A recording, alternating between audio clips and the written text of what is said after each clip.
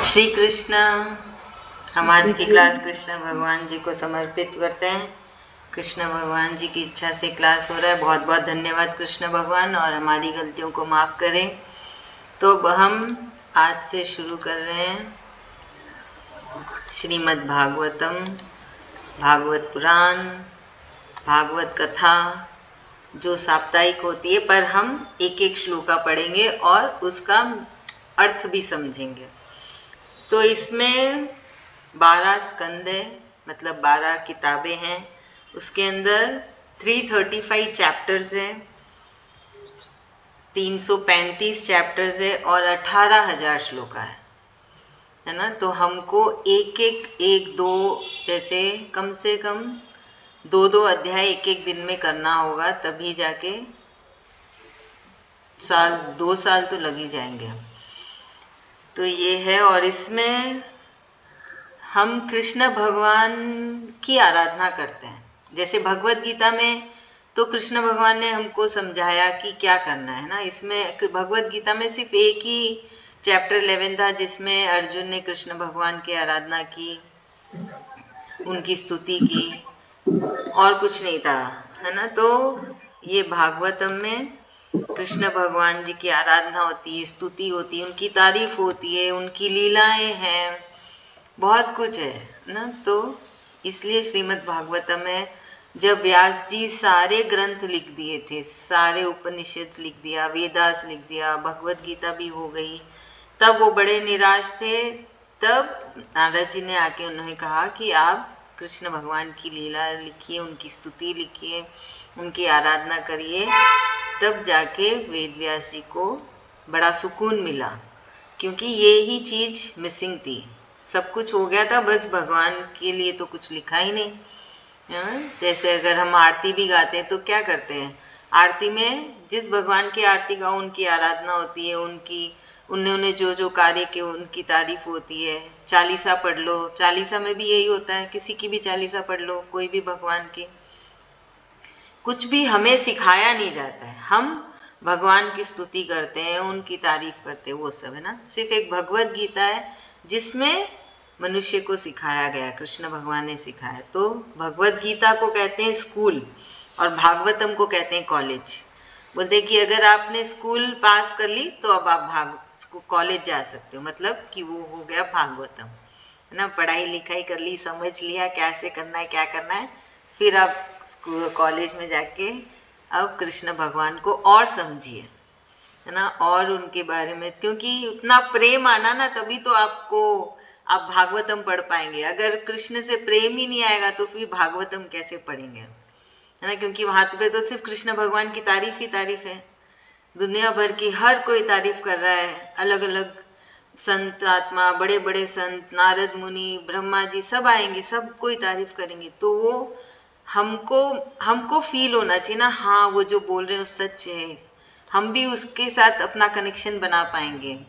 तो इसलिए पहले भगवत गीता पढ़ के कृष्ण भक्त बन के उनसे प्रेम जब होने लगता है, हो जाता है, तब भागवतम समझ आने लगती है ना।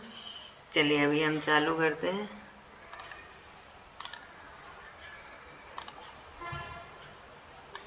तो पहले हम मीनिंग करेंगे, फिर है ना उसके बाद हम लास्ट में श्लोकास करेंगे।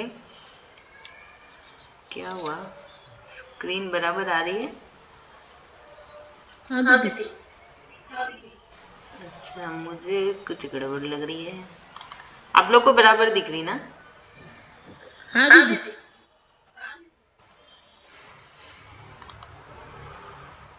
एक मिनट में क्या करी पता नहीं। दीदी आप म्यूट है। मैं म्यूट हूँ? हाँ आप अपने आप को म्यूट कर रहे थे। मैं कहाँ हूँ वही नहीं पता मुझे। अभी तो म्यूट नहीं होना मैं? लिखा हुआ है म्यूट बोल के आप है। वंदना जी प्रेजेंटिंग म्यूट लिख रखा है।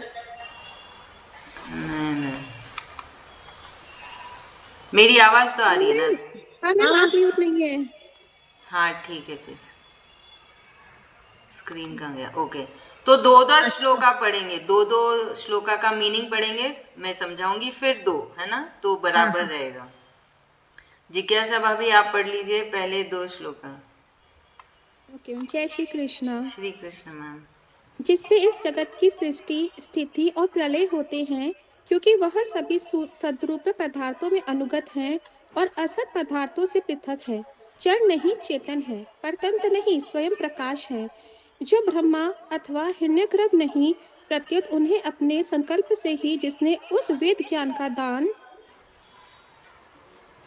किया है, जिसके संबंध में बड़े बड़े विद्वान भी मोहित हो जाते हैं, जैसे तेजोमय सूर्य रश्मियों से जल का, जल में स्थल का और स्थल में जल का भ्रम होता है, वैसे ही जिसमें यह त्रिगुणमय जागृत, स्वप्न, सुषुप्ति रूपा सृष्टि मिथ्या होने पर भी अधिष्ठान सत्ता से सत्यवत प्रतीत हो रही है, उस अपनी स्वयं प्रकाश ज्योति से सर्वदा और सर्वथा माया और माया कार्य से पूर्णतः मुक्त रहने वाले परम सत्य रूप परमात्मा का हम ध्यान करते हैं। महामुनि व्यास देव के द्वारा निर्मित इस श्रीमद् भागवत महापुराण में मोक्ष पर्यंत फल की कामना से रहित परम धर्म का निरूपण हुआ है। इसमें शुद्धांतःकरण सत्पुरुषों के जानने योग्य उस वास्तविक वस्तु परमात्मा का निरूपण हुआ है, जो तीनों तापों का जड़ से नाश करने वाली और परम कल्याण देने वाली है। अब और किसी साधन या शास्त्र से क्या प्रयोजन? जिस समय भी सुकृति पुरुष इसके श्रवण की इच्छा करते हैं, ईश्वर उसी समय अविलंब उनके हृदय में आकर बंदी बन जाता है। ठीक है, तो अभी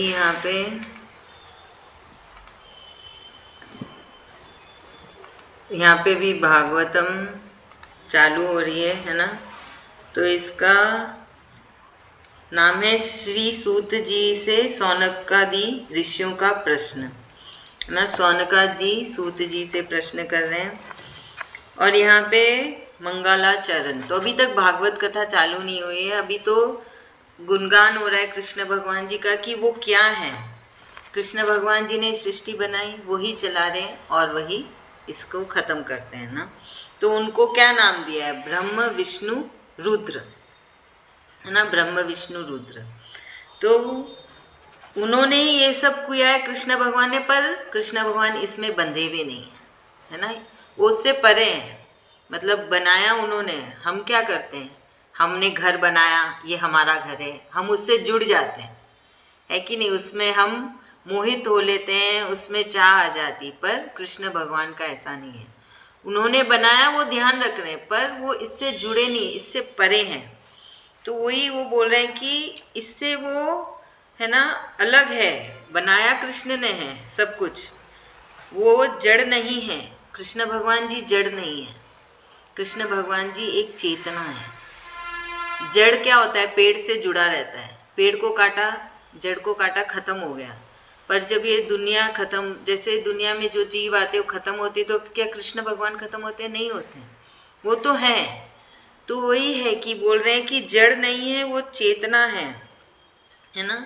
और कृष्ण भगवान स्वयं प्रकाशित है, मतलब उनमें इतना तेज है कि वो आ जाए तो सब जगह तेज फैल जाए। ऐसा नहीं है कि वो ना किसी के वजह से कृष्ण भगवान में तेज है, वो तो खुद एक तेज है। उनमें करोड़ों सूरज भगवान का तेज है, हम तो एक सूरज भगवान देखते हैं, उनकी रोशनी भी हम नहीं देख पाते ना। फिर वो ना ब्रह्मा है ना हिरण्यगर्भ है, तो वो क्या है? ब्रह्मा कौन है? जो बनाते हैं, निर्माण करते हैं ना। ब्रह्मा जी का क्या कार्य है? कि सृष्टि का निर्माण करना है। और ना ही हिरण्यगर्भ है, तो वो ना तो संकल्प है। कृष्ण भगवान जी क्या है? वेद ज्ञान, सब ज्ञान के ज्ञान, उन्होंने ज्ञान को दान में दिया है मनुष्य को, सारे जीवों को, मतलब सारे भगवान देवी देवताओं को भी कृष्ण भगवान ने ज्ञान को दान में दिया है, सब जीवों को। तो जीव में सिर्फ हम नहीं आते हैं कि ना पेड़ पौधे नहीं आते, बाकी के भगवान भी सब जीवी है, कृष्ण भगवान ने उनको बनाया है, इसलिए वो जीव है। बस सबकी वायु अलग अलग है, सबका है ना, स्थान अलग है, सबकी पदवी अलग है। ये सब आप समझेंगे आगे आगे जैसे जैसे हम भागवतम पढ़ेंगे कि कैसे ऐसे हो सकता है। वो तो भगवान है ना, है भगवान, पर बनाया कृष्ण भगवान ने। तो कृष्ण भगवान जी का तेज ऐसा है कि बड़े बड़े विद्वान भी उनसे मोहित हो जाते हैं, ऐसा तेज है। तो हम किससे मोहित होते हैं? जो हमसे ऊंचा होता है कि नहीं, जिसकी बुद्धि हमसे अच्छी हो। अभी जैसे हम खाना बनाते, कोई और अच्छा खाना बनाता है तो हम उससे मोहित हो जाते हैं, है कि नहीं? कोई हमसे और सुंदर दिखे तो हम उससे मोहित हो जाते हैं। क्या हम अपने नीचे वालों से मोहित होंगे? नहीं होंगे। तो बड़े से बड़े विद्वान भी कृष्ण भगवान से मोहित हो जाते। तो सोचिए कृष्ण भगवान का लेवल कहाँ पे है। तो यही सब बताया जा रहा है। सूत जी बता रहे हैं कि कैसे कृष्ण भगवान की खूबियाँ बोल लीजिए, उनके टैलेंट, उनका स्पेशलिटी है ना। वो सूर्य जैसे अभी तेज धूप होती है तो सड़क पे लगता है ना कि वहाँ पानी है, और आप समुंदर में खूब तेज धूप पड़े तो ऐसे लगेगा कि वो ज़मीन है। तो ये क्या है? ये इल्यूशन है। तो हिंदी में बोलेंगे माया, है कि नहीं? बहुत स्वाभाविक है। तो वैसे ही है कृष्ण भी, है ना। तो कृष्ण ऐसे मोहित करते हैं सब अपने भक्तों को। आप समझे, क्योंकि कृष्ण का तेज इतना तेज है, इन सबसे भी कृष्ण भगवान का तेज है। फिर कृष्ण भगवान स्वयं प्रकाश ज्योतिष प्रकाश देते हैं। ऐसे नहीं कि सूरज भगवान से हमको कैसे रोशनी मिल रही है, हमको तो सूरज भगवान से मिल रही है या तो हमारे घर की इलेक्ट्रिसिटी से मिल रही है। पर कृष्ण भगवान का खुद का तेज इतना है कि वो सबको तेज देते हैं, सबको वो बल देते हैं, शक्तियाँ देते हैं, रोशनी देते हैं, सबको वही जागृत करते हैं। और भागवत कथा ये जो है, इसको हमें एक ही भाव से लेना है कि हमें मोक्ष की प्राप्ति करना है। हमें फल में क्या चाहिए? हमें कृष्ण चाहिए, ना कि कोई सांसारिक सुख, ना कोई भी हो, पुत्र, धन, संपत्ति, ये सब नहीं। एक ही दिमाग में रखना है भाव कि मुझे कृष्ण भगवान चाहिए। कृष्ण भगवान ने मुझे चुना है, मैं बहुत लकी हूँ कि मैं भागवत कथा कर पा रही हूँ विस्तार में, एक एक श्लोका, एक एक मीनिंग। तो कृष्ण भगवान ने मुझे चुना है और मुझे सिर्फ कृष्ण चाहिए। और ये जन्म मेरा आखिरी है, इसके बाद मेरी आत्मा कृष्ण भगवान के अंदर समा जाएगी, कृष्ण भगवान में ही समा जाएगी। कोई और दूसरा हमको लोक नहीं चाहिए, कोई दूसरा स्वर्ग नहीं चाहिए, सिर्फ कृष्ण भगवान के अंदर समाएगी हमारी आत्मा। उस भाव के साथ, वो फल की आशा करके आप ये भागवत कथा रोज सुनिएगा, करिएगा, पढ़िएगा, है ना। फिर इसमें आगे बोला गया है कि ये तो सब ग्रंथों का निचोड़ है। भागवत पुराण जो है वो सब ग्रंथों का निचोड़ है। जितने भी ग्रंथ वेद व्यास जी ने लिखे, सब ग्रंथों का निचोड़ ये भागवत पुराण में लिख दिया है। और फिर आखिरी में बोला गया है कि है ना, जिसके भी हृदय में आता है, मन में आए कि मुझे भागवत कथा करनी है, तो कृष्ण भगवान दौड़े दौड़े उनके हृदय में आके वो बंध जाते हैं। कृष्ण भगवान जी आके उस जीव के हृदय में आके बंध जाते हैं, क्योंकि उसके मन में आई कि मुझे भागवत पढ़ना है, भागवत पुराण पढ़ना है, या भागवत कथा करनी है 1 सप्ताह की। ऐसे चाहने पर भी कृष्ण भगवान मोहित होके दौड़े दौड़े आ जाते हैं। धन्यवाद है कृष्ण भगवान का कि वो हमारे हृदय में अब लॉक है। चलिए हम आगे का करते हैं। सरोज भाभी पढ़ेगी। कहाँ पे यार?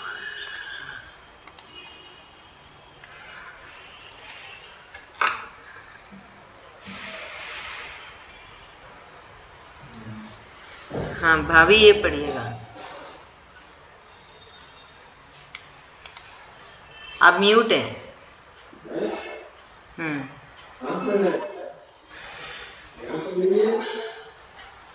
दिख रहा है?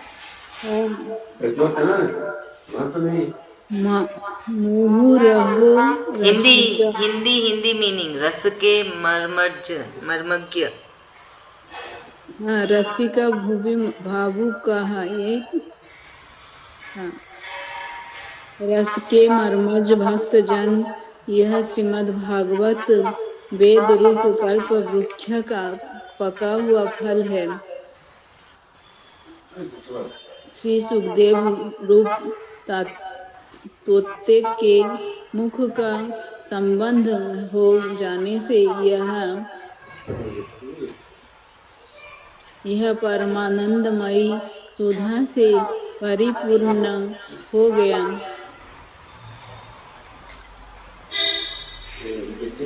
है। इस फल में छिलका, गुठली आदि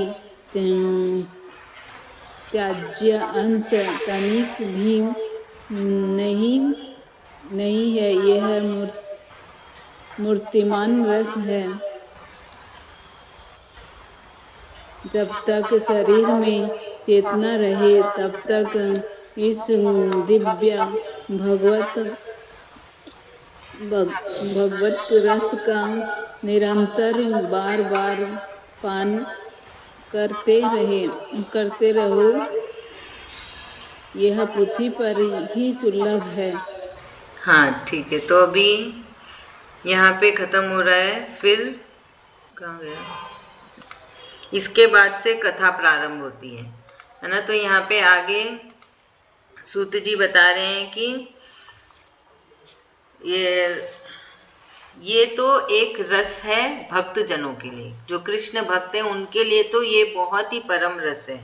कितना, और बोल रहे हैं कि ये कल्प वृक्ष का पका हुआ फल है। कल्प वृक्ष सबसे दिव्य वृक्ष है। तो ये अलग अलग उदाहरण में बता रहे हैं कि क्या है भागवत, क्या है साना भागवत पुराण। फिर बोल रहे हैं कि जैसे कहा जाता ना कि तोता अगर कोई फल को काट ले तो वो फल बड़ा मीठा हो जाता है, तो बोलते हैं कि वैसे ही है ये भागवत पुराण। तोते के मुंह से कटा हुआ बड़ा ही मीठा है इसका रस, इसका जो पान है। फिर बोल रहे हैं कि इसमें ना कोई छिलका है ना कोई गुठली है, इसमें सिर्फ रस ही रस है ना। तो बस उनको इतना अच्छा लग रहा है कि वो भागवत बोलेंगे, अभी भागवत की कथा करेंगे। तो बस जैसे हमको भी कुछ अच्छा लगता है ना, हम अलग अलग तरीके से उसको बताते हैं कि ऐसे अच्छा है, तुम वो कर लो। तो वैसे ही सूत जी भी है ना भागवत के लिए इतना तारीफ कर रहे हैं कि ये इतना मीठा है, अलग अलग उदाहरण दिए जा रहे हैं। तो ये बोल रहे हैं कि इसका रस ही इसका मूर्ति है। जैसे कृष्ण, अभी हम भगवान की पूजा करने जाते हैं तो किस सब भगवान की मूर्ति है, तभी तो हम समझ पाते ना, अच्छा शिव जी है, ब्रह्मा जी है। तो भागवत पुराण क्या है, इसका जो रस मिलेगा, जो हम इसको एंजॉय करेंगे, मतलब जो आनंद आएगा हमें इसको पढ़ के, जो खुशी मिलेगी, वही उसकी मूर्ति है। तो देख नहीं सकते, इसको सिर्फ महसूस कर सकते हैं। तो भी आगे सूत जी बोल रहे हैं कि जब तक ये शरीर है तब तक आप रोज इसका पान करें, रोज भागवत कथा करें। और बोल रहे हैं कि धरती पे ये सबसे सरल उपाय है। तो ये सिर्फ धरती पे है कि धरती वालों के लिए सबसे सरल उपाय है आपको कृष्ण प्राप्ति के लिए। चलिए हम आगे देखते हैं, और अभी कथा प्रारंभ होगी।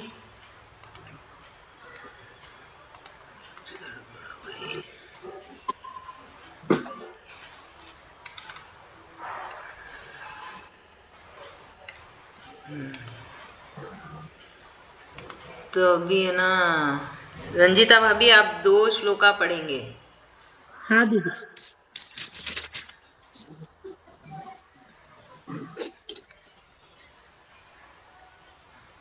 जन्माधस्य हिंदी मीनिंग, श्लोका नहीं, हिंदी। अच्छा, मतलब 2 श्लोकों का मीनिंग पढ़ेंगे, सॉरी। हाँ दीदी। एक बार भगवान विष्णु एवं देवताओं के परम पुण्यमय क्षेत्र नैमिषारण्य में सौनकादि ऋषियों ने भगवत प्राप्ति की इच्छा से सहस्त्र वर्षों में पूरे होने वाले एक महान यज्ञ का अनुष्ठान किया। एक दिन उन लोगों ने प्रातःकाल अग्निहोत्र आदि नित्य कृत्यों से निवृत्त होकर सूत जी का पूजन किया और उन्हें ऊंचे आसन पर बैठाकर बड़े आदर से यह प्रश्न किया। ऋषियों ने कहा, सुत जी, आप निष्पाप हैं। आपने समस्त इतिहास, पुराण और धर्मशास्त्रों का विधि पूर्वक अध्ययन किया है तथा भली उनकी भांति भली भांति व्याख्या भी की है। वेद वेताओं में श्रेष्ठ भगवान आदरा आदरा बादरायण ने बादरायण ने हाँ, भगवान बादरायण ने एवं भगवान के सगुण निर्गुण रूप को जानने वाले दूसरे मुनियों ने जो कुछ जाना है, उन्हें जिन विषयों का ज्ञान है, वह सब आप वास्तविक रूप में जानते हैं। आपका हृदय बड़ा ही सरल और शुद्ध है, इसी से आप उनकी कृपा और अनुग्रह के पात्र हुए हैं। गुरुजन अपने प्रेमी शिष्यों को गुप्त से गुप्त बात भी बता दिया करते हैं। हाँ, एक मिनट भाभी, एक मिनट। तो अभी यहाँ से कथा प्रारंभ होती है। कृष्ण अर्पणस्तु। तो यहाँ पे अभी बोल रहे हैं कि एक बार भगवान विष्णु अपने देवताओं के साथ नैमिषारण्य में गए और वहाँ पे ऋषियों के साथ सहस्त्र वर्षों मतलब हजारों वर्षों जितना लंबा उन्होंने एक पूजा की, पाठ किया और यज्ञ किया। एक बहुत ही महान यज्ञ किया। क्या हमको इतने साल करना पड़ रहा है पाठ पूजा?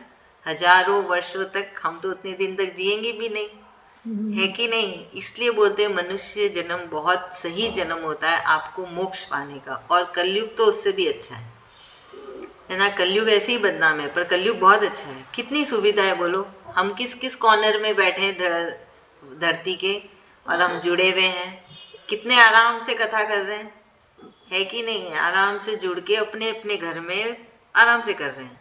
यही तो सत्युग है। इससे बड़ा सुख क्या होगा? कुछ भी चाहिए जोमेटो से मंगा लिया, पोर्टर ने मंगा लिया इधर से उधर, दूर बैठे बैठे भी एक दूसरे को देख लिए। सत्युग में था ये सारा सुख। यही सत्युग है, सबसे बड़ा युग, अच्छा युग है ये।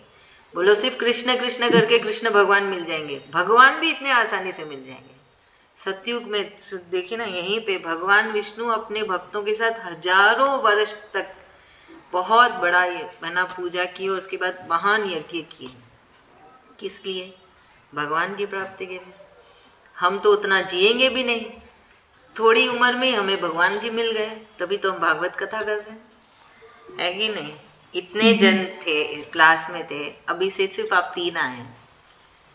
समझ जाना चाहिए, कृष्ण भगवान की बहुत कृपा है आपके ऊपर।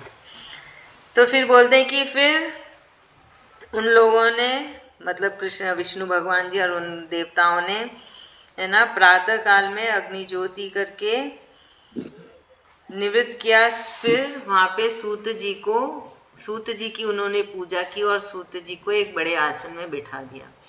तो सूत जी एक बड़े ही ज्ञानी महात्मा संत हैं, जिनको बोलो सारे देवता भी पूज रहे हैं और उनसे विनती कर रहे हैं कि सूत जी आप हमें बड़ा से बड़ा गुप्त ज्ञान भी हमें बताइए, हम आपके शिष्य हैं। तो वैसे घुमा फिरा के बोल रहे हैं कि गुरुजन अपने शिष्यों को गुप्त से गुप्त ज्ञान भी बता देते हैं, बल्कि वो बोल रहे हैं कि हमें भी बताइए। तो भी उन सूत जी की तारीफ कर रहे हैं कि आपको सारी इतिहास मालूम है, सारे पुराण मालूम है, सारे शास्त्र मालूम है, आपको सब कुछ मालूम है, जो भी ज्ञान है इस धरती का, है ना, आप उसको भली भांति जानते हैं, आप उसकी व्याख्या भी है। फिर वो सब बोल रहे हैं कि वास्तविक रूप में तो आप एक ज्ञान देवता ही हैं और हमें वो सारे ज्ञान बांटिए, है ना। जैसे हमको एक बच्चे को भी अपनी माँ से कुछ चाहिए तो कैसे पहले प्यार से पुचकारेगा, मस्का लगाएगा और फिर वो चीज़ मांग लेगा, माँ भी पिघल के दे देगी। वैसे ही यहाँ पे भी सारे देवता लोग कर रहे हैं सूत जी से आगे का ज्ञान लेने के लिए। चलिए हम अब आगे का देखते हैं।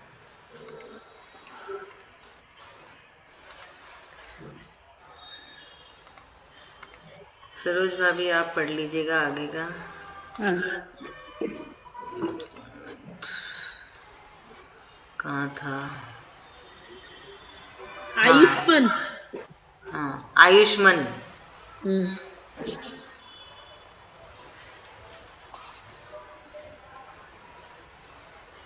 पढ़िए।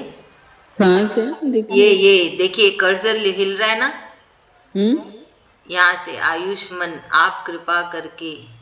एक लाइन आ रहा था इसके ऊपर। नीचे करूँ? हाँ, एक लाइन आ रहा है उसके ऊपर। क्या लाइन आ रहा है भाभी? आयुष्मान नीचे ही है, देखिए ऊपर से 1 2 3 चौथा लाइन है ऊपर से। ओह, चौथा लाइन। हाँ, ठीक है। हाँ। आयुष्मान आप कृपा करके ये बतलाइए कि उन सब शास्त्रों, पुराणों व- और गुरुजनों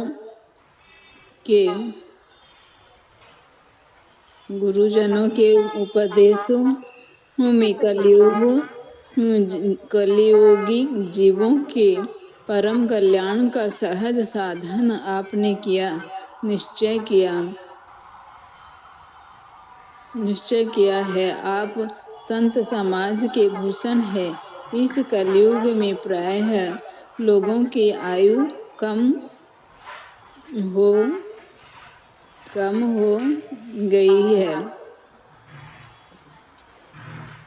कम हो गई है साधन करने में लोगों की रुचि और प्रवृत्ति भी नहीं है। लोग आलसी हो गए हैं। उन्हीं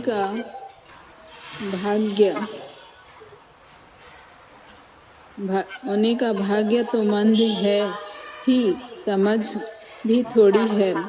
उसी इसी के साथ ही वह नाना प्रकार की विघ्न बाधाओं से घिरे हुए भी रहते हैं। शास्त्रों भी बहुत से हैं, परंतु जन उनमें एक निश्चित साधन का नहीं, उन अनेक प्रकार के कर्मों का वर्णन है। साथ ही वह इतने बड़े हैं कि उन्हीं का एक अंश सुनना भी कठिन है।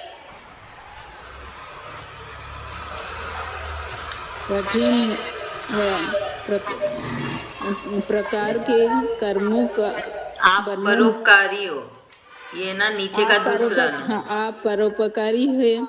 अपनी बुद्धि से उन्हीं का सार निकाल कर प्राणियों के परम कल्याण के लिए हम श्रद्धालुओं को सुनाइए, जिससे से हमारे अंतकरण की शुद्धि प्राप्त हो। हाँ ठीक है, तो अभी आगे यहाँ पे सारे देवता लोग क्या बोल रहे हैं कि सूत जी आपको तो सारे शास्त्र पुराण गुरुजन सब मालूम है, तो आपने क्या निश्चय किया है कि इस काल में क्या अच्छा होगा मनुष्य जाति के लिए? तो देखिए, ये खुद के लिए नहीं पूछ रहे हैं, ये आने वाले का समय के लिए पूछ रहे हैं। आने वाले समय में जो मनुष्य है कलयुग में, उनके लिए पूछ रहे हैं। तो बोल रहे हैं कि कलयुग में वैसे ही उम्र कम हो जाएगी, बुद्धि भी कम हो जाएगी, मनुष्य आलसी होएगा, है ना, वो कुछ का पूजा पाठ करेगा ही नहीं कि उसको उससे मोक्ष मिले, वो कुछ ना कुछ अड़चनों में फंसा रहेगा। जैसे अभी हम सब कुछ ना कुछ अड़चन में फंसे रहते हैं और हमारी क्लास कभी ना कभी कैंसिल हो जाती है, टाइम आगे पीछे होता रहता है ना। तो ये सब कलयुग के प्रभाव है, ऐसा नहीं कि कोई भी जानबूझ के कर रहा है, वो ऐसा ही है, हवा में ही है वैसा, वो कलयुग का ही प्रभाव है ना। तो इसलिए सब देवता जी पूछ रहे हैं कि आपने क्या निश्चय किया है। सूत जी को पूछ रहे हैं, आपने क्या निश्चय किया है कि क्या करना है मनुष्य को इस काल में, इस काल में क्या करना है। फिर वो बोल रहे हैं कि बहुत से शास्त्र हैं, है ना, बहुत से शास्त्र हैं, बहुत सारे उपनिषद है, और सब इतने बड़े बड़े हैं कि उनकी आयु ही कम पड़ जाएगी और वो पूरा पढ़ भी नहीं पाएंगे, है ना, और अनेक अनेक कर्म करते रहेंगे। तो फिर इससे क्या करेंगे वो, मतलब वो क्या करे मनुष्य जिससे कि कृष्ण भगवान जी मिल जाए। फिर बोले कि सूत जी आप तो बड़े परोपकारी, आप बड़े बड़े दयालु हैं, तो कुछ उपाय बताइए जिससे कि हमें भी अच्छा लगेगा, हमारा भी उद्धार होगा और आने वाली पीढ़ियों का भी उद्धार होगा, उनका भी कल्याण होगा, सब प्राणियों का। तो बोल रहे हैं कि आप आपके हिसाब से अपनी बुद्धि में से निचोड़ कर निकालिए कि करना क्या है मनुष्य को इस कलयुग में कृष्ण प्राप्ति के लिए, और जिससे कि उनको शुद्धि भी प्राप्त हो जाए, जिसके सिर्फ सुनने से, है ना, इसमें आगे लिखा है कि सुनने से ना शुद्धि प्राप्ति हो। ऐसा नहीं कि कुछ दान पुण्य करना है, व्रत करना है, वो सब नहीं, सिर्फ सुनने से शुद्धि प्राप्ति हो जाए। ठीक है, चलिए हम अब आगे का बढ़ते हैं। जिज्ञासा भाभी आप पढ़ोगे? Okay ma'am. हाँ, एक मिनट में शेयर करती हूँ। हाँ, थोड़ा थोड़ा पढ़िएगा ताकि हम कुछ मिस ना करें, टाइम लगेगा तो भी चलेगा। तो आप 3 श्लोका पढ़िएगा अभी से, मीनिंग पढ़ना है मतलब। ठीक है। हाँ। प्यारे सूत जी, आपका कल्याण हो। आप तो जानते ही हैं कि यदुवंशियों के रक्षक भक्त वत्सले भगवान श्री कृष्ण वसुदेव की धर्मपत्नी देवकी के गर्भ से क्या करने की इच्छा से अवतीर्ण हुए थे। हम उससे सुनना चाहते हैं। आप कृपा करके हमारे लिए उसका वर्णन कीजिए, क्योंकि भगवान का अवतार जीवों के परम कल्याण और उनकी भगवत प्रेममयी समृद्धि के लिए ही होता है। यह जीव जन्म मृत्यु के घोर चक्र में पड़ा हुआ है। इस स्थिति में भी यदि वह कभी भगवान के मंगलमय नाम का उच्चारण कर ले तो उसी क्षण उससे मुक्त हो जाए, क्योंकि स्वयं भय भी भगवान से डरता रहता है। जय श्री हाँ, Krishna. Shri Krishna ma'am, thank you so much. तो अभी यहाँ पे देवता जी सब बोल रहे हैं कि कैसे वो सूत जी को बोल रहे, प्यारे सूत जी, है ना, आपका भी कल्याण हो। फिर बोल रहे कि कैसे हमारे कृष्ण भगवान आए थे, है ना, किस भाव से आए थे, किस विचार से आए थे इस धरती में, वो भी अपने भक्तों का कल्याण करने के लिए ही एक मनुष्य का रूप धारण किए। तो इसमें बोल रहे हैं कि वासुदेव की धर्मपत्नी देवकी के गर्भ में हमारे भगवान श्री कृष्ण आए थे इस धरती के ऊपर। तो बोलते कि हम उनकी लीलाओं के बारे में और जानना चाहते हैं। तो बोले कृपा करके और विस्तार में बताइए, भगवान के अवतार के बारे में बताइए, और भगवान अवतार क्यों लेते हैं, खुद के लिए थोड़ी लेते हैं, वो तो, है ना, सृष्टि के शुद्धि के लिए लेते हैं, यहाँ पे जो जीव है उनके विकास के लिए लेते हैं, है ना, भगवान जी अवतार उसके लिए लेते हैं ताकि यहाँ का जो संतुलन है वो बना रहे, उनके कल्याण के लिए भगवान बार बार अवतार लेते हैं। फिर बोले हमें उन अवतारों के बारे में बताइए। तो बोल रहे हैं कि मनुष्य तो वैसे ही अब जन्म मृत्यु के जाल में फंसा हुआ है, उसको उससे बाहर निकलने का क्या उपाय है वो भी आप हमें विस्तार में बताइए। फिर बोलते हैं कि अगर भगवान का नाम भी ले ले तो फिर क्या होता है, डर भी अंदर से निकल जाता है, क्योंकि डर भी भगवान के नाम से डरता है। तो जब कभी डर लगे तो कृष्ण कृष्ण करना, वो डर भी चला जाएगा। तो वो डर क्या होता है, किसी भी चीज का डर हो सकता है ना, ऐसा थोड़ी है किसी वो भूत पिशाच का ही डर होता है, कोई भी चीज का डर हो सकता है। जैसे मैं लेट हो गई, कहीं पे गए और लेट हो गई, तो एक डर आता है ना मन में, एक भय आता है, तब कृष्ण कृष्ण करिए। कभी कुछ बना रहे हैं और ऐसे लगता है कि नहीं खराब हो गया, तब कृष्ण कृष्ण करिए, तब देखिएगा जादू कि सब ठीक हो जाएगा, है ना। तो वो डर यहाँ पे स्वयं भय भी भगवान से डरता है। तो जब कभी भी भय लगे या डर लगे, कृष्ण भगवान को याद करना, वो डर भी कहीं भाग जाएगा। वो क्या, एक भाव ही तो है, चेतना ही तो है डर, कोई वस्तु तो है नहीं, कोई मनुष्य भी नहीं है, वो एक भाव है, वो भाव चली जाएगी। चलिए अब आगे हम पढ़ते हैं। श्री कृष्ण रक्षा भाभी, श्री कृष्ण सुधा भाभी। चलिए रक्षा भाभी आप पढ़िएगा अभी। 3 श्लोका का मीनिंग ही करेंगे। हाँ, यहाँ से सूत जी परम विरक्त, इधर से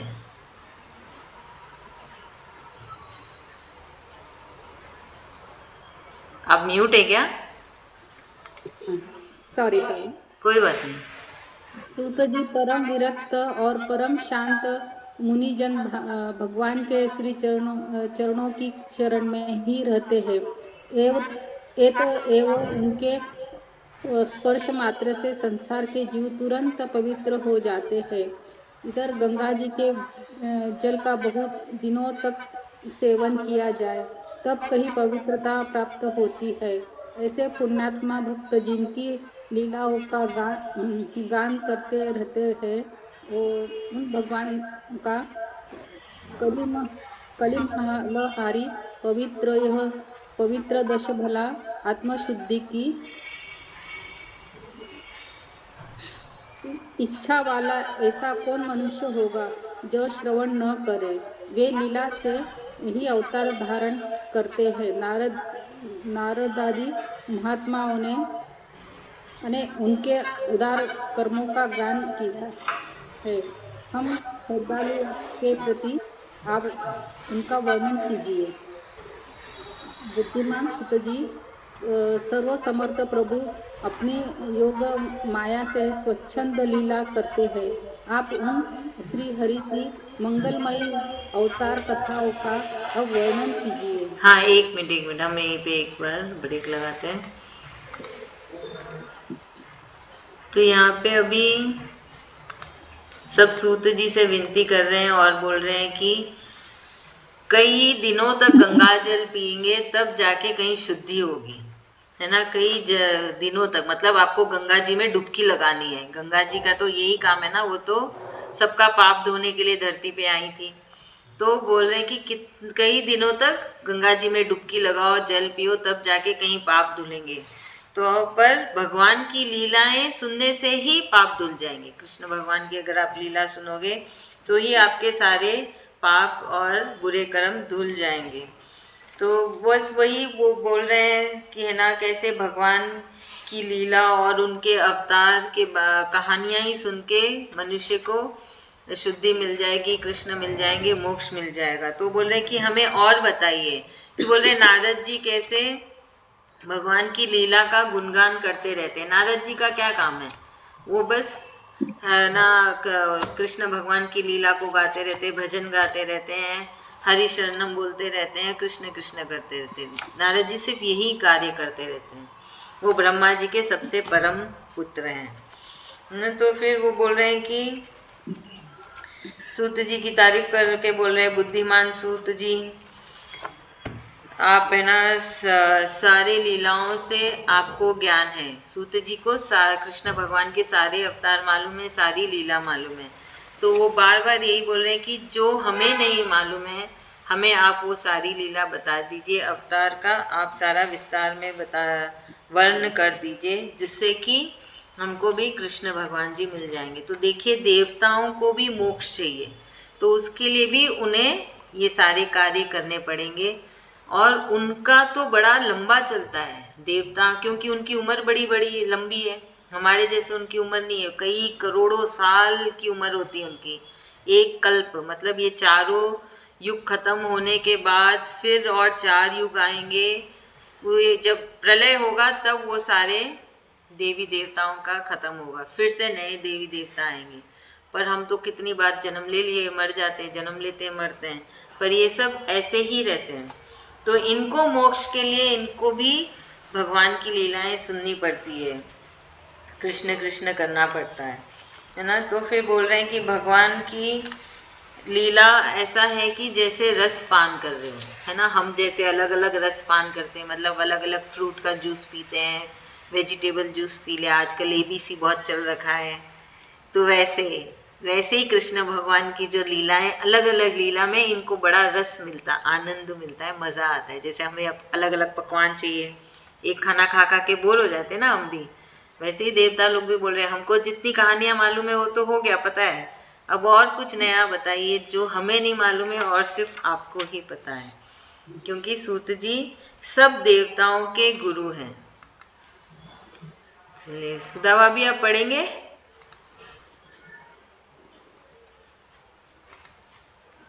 नहीं पढ़ेगी, ठीक है। अभी किसका टर्न है? मैं पढ़ूं? हाँ हाँ जी। नहीं दीदी, बच्चे लोग आ रखे तो हाँ कोई बात नहीं भाभी, कोई बात नब्बे नहीं। से जा रखे तो हाँ हाँ जी, हाँ पढ़िए रंजिता भाभी। कूदने फिरती भगवान की लीला सुनने से हमें कभी भी तृप्ति नहीं हो सकती, क्योंकि रसज्ञ श्रोताओं को पद पद पर भगवान की लीलाओं में नए नए रस का अनुभव होता है। भगवान श्री कृष्ण अपने को छिपाए हुए थे, लोगों के सामने ऐसे चेष्टा करते थे मानो कोई मनुष्य हो, परंतु उन्होंने बलराम जी के साथ ऐसी लीलाएं भी की है, ऐसा पराक्रम भी प्रकट किया है जो मनुष्य नहीं कर सकते। कलयुग को माया जानकर इस वैष्णव क्षेत्र में हम दीर्घकालीन सत्र का संकल्प करके बैठे हैं। श्री हरि की कथा सुनने के लिए हमें अवकाश प्राप्त है। यह कलयुग अंतःकरण की पवित्रता और शक्ति का नाश करने वाला है। इससे पार पाना कठिन है। जैसे समुद्र से पार जाने वालों को कर्णधार मिल जाए, उसी प्रकार इससे पार पाने की इच्छा रखने वाले हम लोगों से ब्रह्मा ने आपको मिलाया है। धर्म रक्षक ब्राह्मण भक्त योगेश्वर भगवान श्री कृष्ण के अपने धाम में पधार जाने पर धर्म ने अब किसकी शरण ली है, यह बताइए। तो अभी ये एक चैप्टर खत्म हो गया, पहला अध्याय। तो यहाँ पे सारे देवी देवता सूत जी से बात कर रहे हैं और बोल रहे हैं कि कैसे जब कृष्ण भगवान जी इस धरती पे आए थे तब वो है ना एक आम मनुष्य के जैसे ही रह रहे थे, सबसे छुपा रखे थे कि वो स्वयं श्री कृष्ण हैं। पर बलराम जी के साथ उन्होंने ऐसी ऐसी लीला की जो कि एक आम मनुष्य नहीं कर सकता था, है ना। तो अभी ये बोल रहे हैं कि कलयुग का ऐसा प्रभाव है कि सब है ना दीर्घकालीन सब कोई फंसे हुए हैं ये सारे जंजाल में, ये कलयुग का प्रभाव है, उसके प्रभाव से सब मनुष्य जाति फंसे हुए हैं। तो बोल रहे हैं कि आप बताइए कि कैसे इस शक्ति को नाश किया जाए और इससे निकला जाए, इसके प्रभाव से मनुष्य बाहर निकल पाएगा। तो फिर बोल रहे हैं कि ये धर्म देव का ही प्रभाव है कि हमारा आपसे मिलन हुआ है, मतलब सारे देवी देवताओं का सूत जी से मिलन हुआ है। धर्म देवता ही चाहते थे कि आपसे मिलन हो और फिर हमें ये ज्ञान मिले जिससे कि हमारा और आने वाले पीढ़ियों का इस कलयुग में मोक्ष कैसे पाना है उसका राह मिले। और फिर अब पूछ रहे हैं कि अब ये जो कलयुग है तो इस समय में धर्म कहाँ पे शरण ले रखे हैं? धर्म देव है, धर्म देवता भी है, धर्म देवता है, वो कहाँ पे शरण लेके रखें?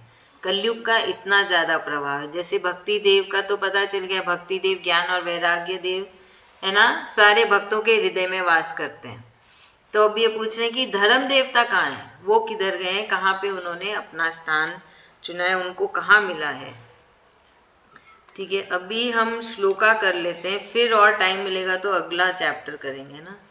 2:20 तो ऐसे ही हो गए। चलिए मैं शेयर करती हूँ स्क्रीन।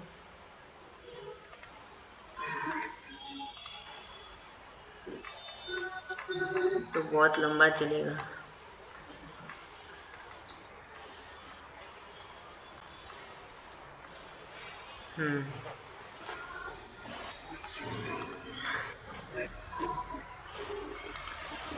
जिज्ञासा अभी आप पढ़ेंगे? मैम श्लोका? हाँ संस्कृत का। मैम गड़बड़ कर देंगे, कोशिश करते हैं मैम। हाँ ट्राई कर लो। प्रथम स्कंदः अथ प्रथमोऽध्यायः। श्री सूत जी से शौनकादि ऋषियों का प्रश्न। मंगलाचरण।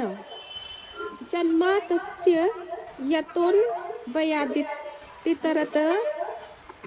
षट्चार्थेष वभिज्ञः स्वराट तेने भ्रम हृदयाय आदि कवये मुह्यन्ति यत् सूर्यः तेजोवारि मृद्दां यथा विनिमयो यत्र तिसर्गो मृषा धाम्ना स्वेन सदा निरस्तकुहकं सत्यं परं धीमहि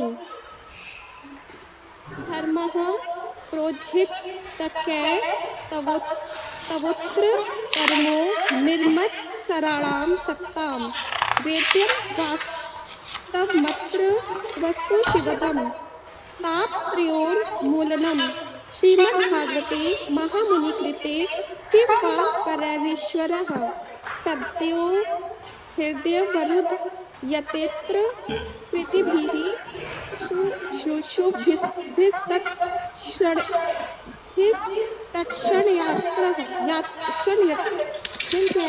शनायत शनात् शनाद। अच्छा पढ़ लिया आप, गुड। निगम कल्पतरो कलितं फलं शुकमुखादमृत द्रव संयुतं पिबत भागवतं रसमालयं मुहुरहो रसिका भुवि भावुकाः। कथा प्रारंभ। नैमिषे निमिष क्षेत्रे ऋषिणः शौनकादय सत्रं स्वर्गाय लोकाय सहस्रसम्मासत त एकदा तु मुनयः प्रार्थुहुतान्विनः सत्यकृतं सुतमासीनं प्रपच्छु हृद मादरात्। ठीक है, अभी आगे सरोज भाभी पढ़ेंगे। हाँ जी।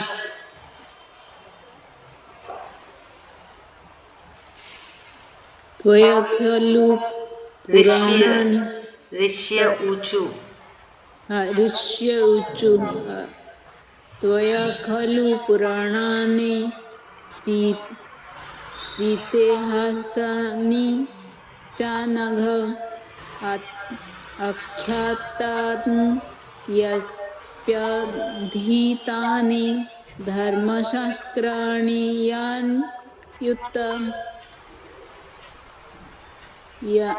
यानि वेदविदं श्रेष्ठो भगवान्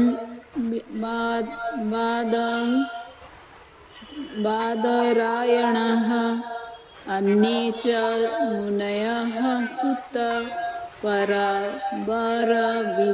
विदुः वेत्थ त्वं सौम्य तत्सर्वं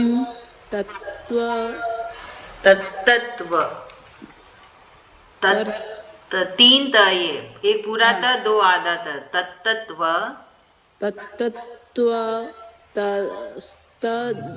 तदनुग्रहात् ब्रूयुः स्निग्धस्य शिष्यस्य गुरुवो गृह्यमप्युत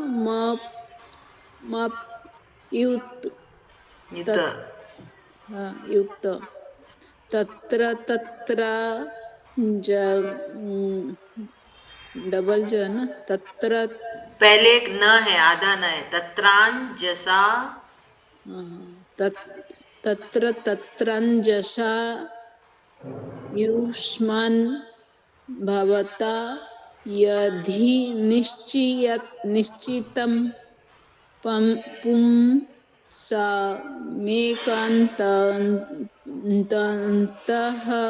श्रेयस्तन्नः संशितुमर्हसि।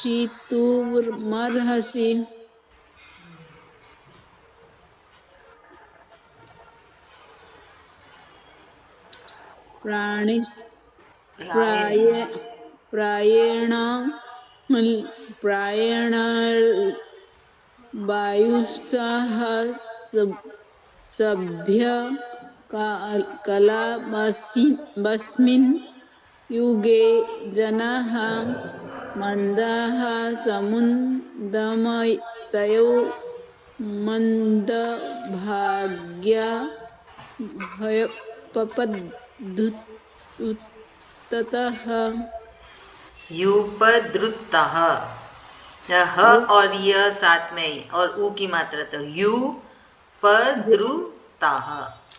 यह उ यह के नीचे कौन सा मात्रा दीदी? ऊ की मात्रा है यू। यू हयु ध्रु पद्धुतः ध्रु द में र और ऊ दोनों है तो ध्रु। ध्रु हयु हाँ पद्धुतः। हाँ बहुत अच्छे।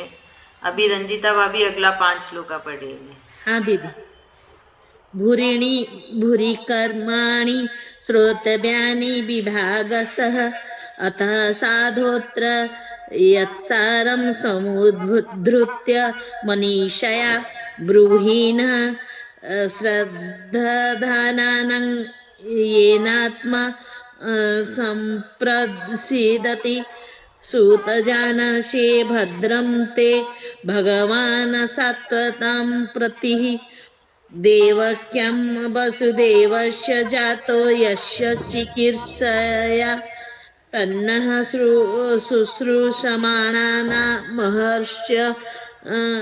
महर्षज्ञानु वर्णितुं यस्यावतारो भूतानां श्रेमाय च भवाय च आपन्नः संसृतिं घोरां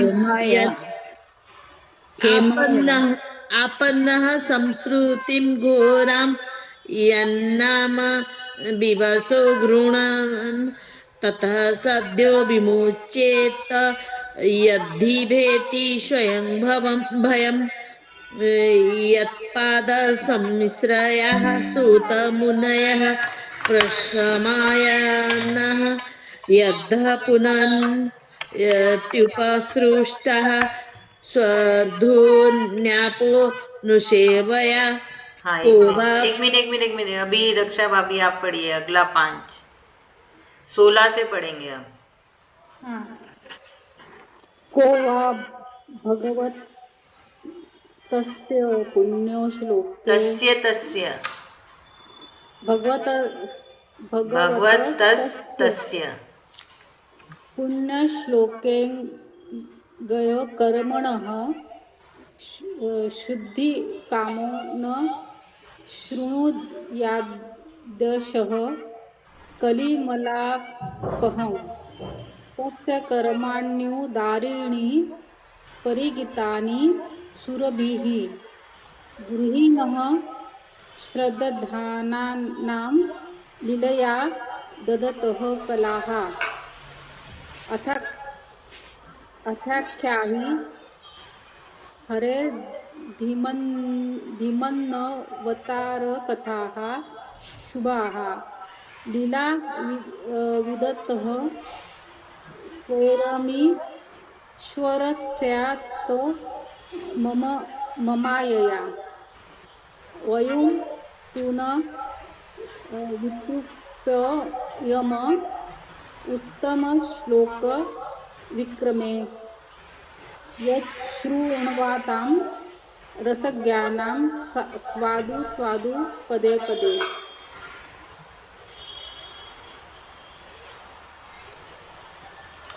कृतवान् किल वीर्याणि सह रामेण केशवः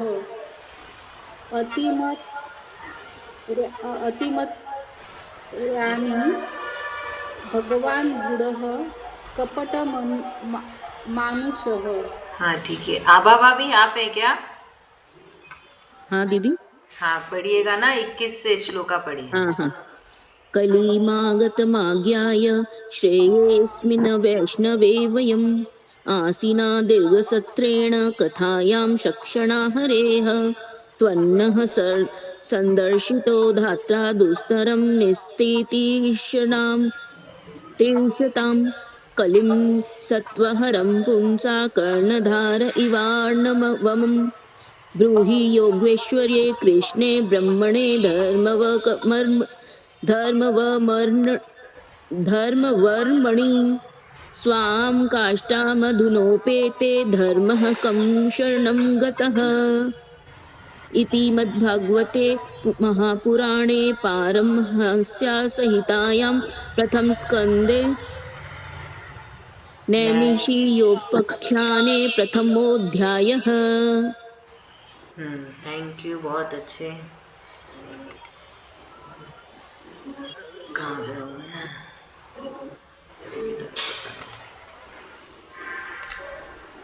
तो अभी हो गया हमारा पहला स्कंद, 2:30 तो बज गए। आगे करें कि रहने दें? 1 घंटा और लग जाएगा। कर लो। दीदी इसका मीनिंग कर लिए थे क्या पहले? हाँ, मीनिंग पहले कर लिए थे, अभी सिर्फ चैंटिंग किए हैं। तो ठीक है, आप सब रेडी है तो हम आगे का भी पढ़ लेते हैं ना, तो और एक चैप्टर हो जाएगा।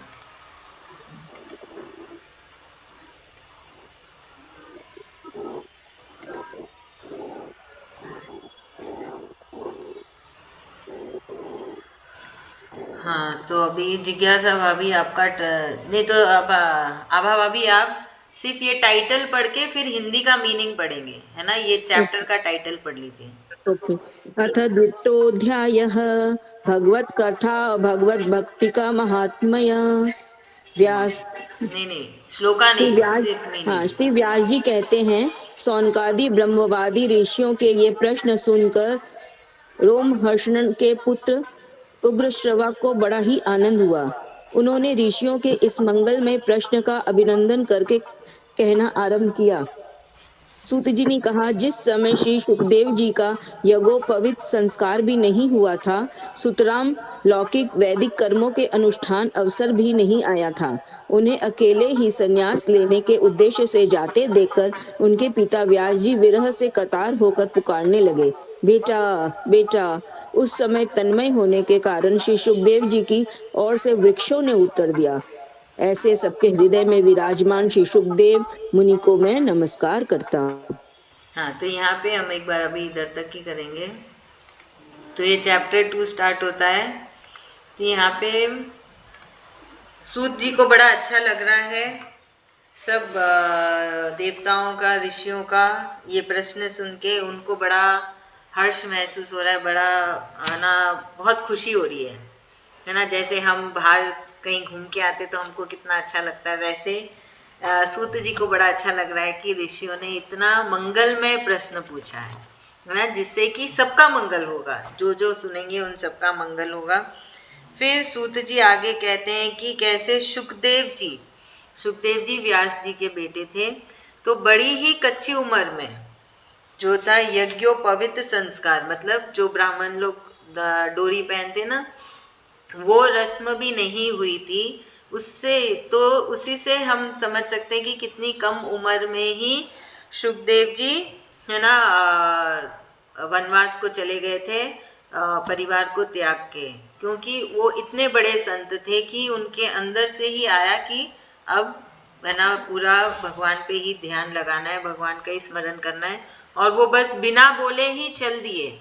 उनको जाते हुए देख के व्यास जी बड़े ही भावुक हुए और वो पुकारने लगे, बेटा बेटा। पर सुखदेव जी इतने ना कृष्ण कृष्ण में मगन थे, भगवान में ध्यान लगा रहे थे कि उनको आवाज भी नहीं सुनाई दी। उनके बदले में वहां पे जो वृक्ष थे उन्होंने वो उत्तर दिया कि ऐसे सुखदेव जी जो सबके हृदय में वास करते हैं उनको प्रणाम है ना? तो ऐसी महिमा है सुखदेव जी का, तो यही बताया है। चलो हम आगे और देखते हैं। तो भागवत कथा याद रखिएगा, बड़े प्रेम से एकदम मन लगा के सुनिएगा, तो कृष्ण भगवान आएंगे विमान लेके और आपको ले जाएंगे। तो इसका ये मतलब है कि मोक्ष की प्राप्ति होगी। ठीक है, चलिए आगे। अभी कौन पढ़ेगा? जिज्ञासा भाभी आप पढ़ेंगे 2 श्लोका, मतलब पहला पैराग्राफ पढ़िएगा।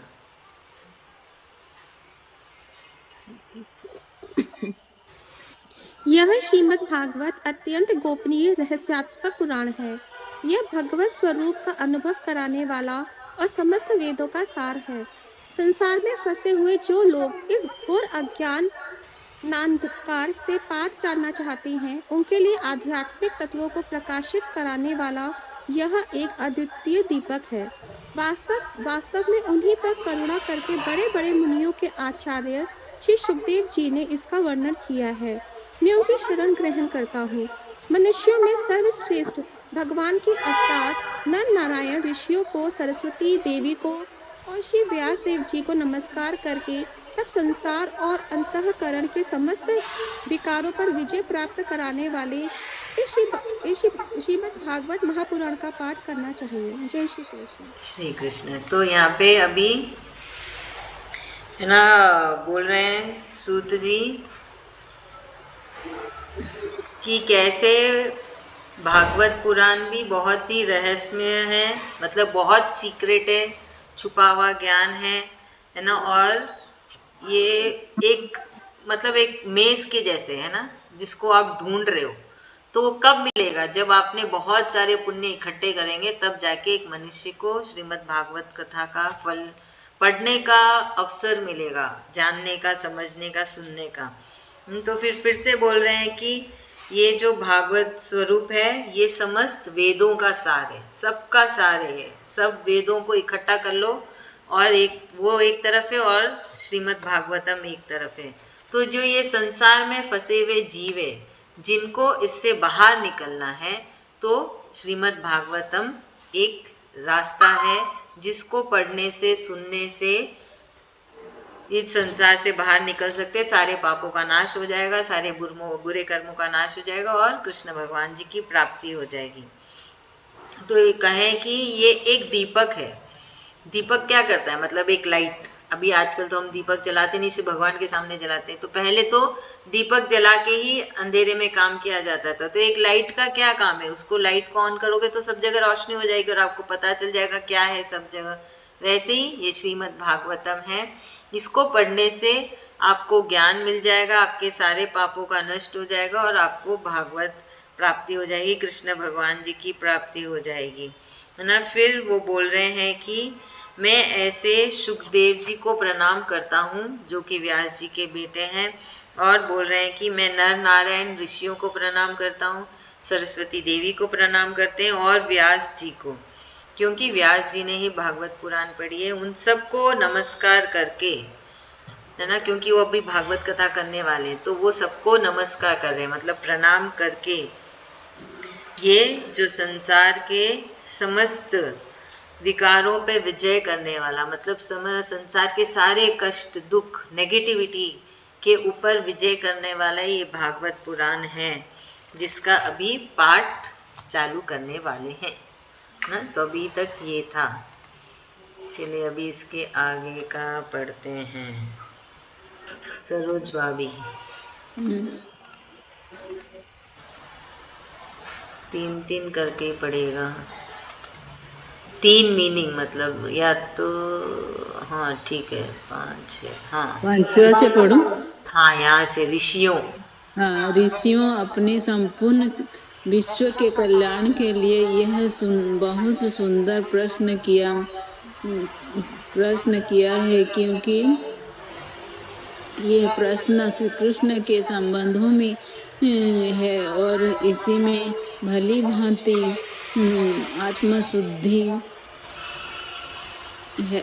आत्मशुद्धि हो जाती है। मनुष्यों के लिए सर्वश्रेष्ठ धर्म वही है जिसी में भगवान श्री कृष्ण में भक्ति हो। भक्ति भी ऐसी जिसी में किसी प्रकार की कामना न हो और जो नित्य निरंतर बनी रहे। ऐसी भक्ति से हृदय आनंद स्वरूप परमात्मा की उपलब्धि करके कृतकृत्य हो जाता है।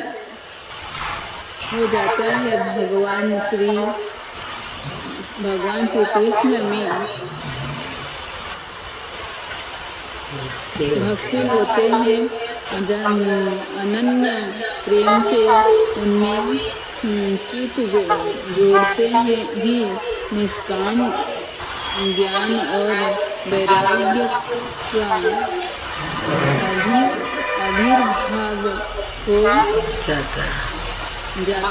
धर्म का बस एक मिनट।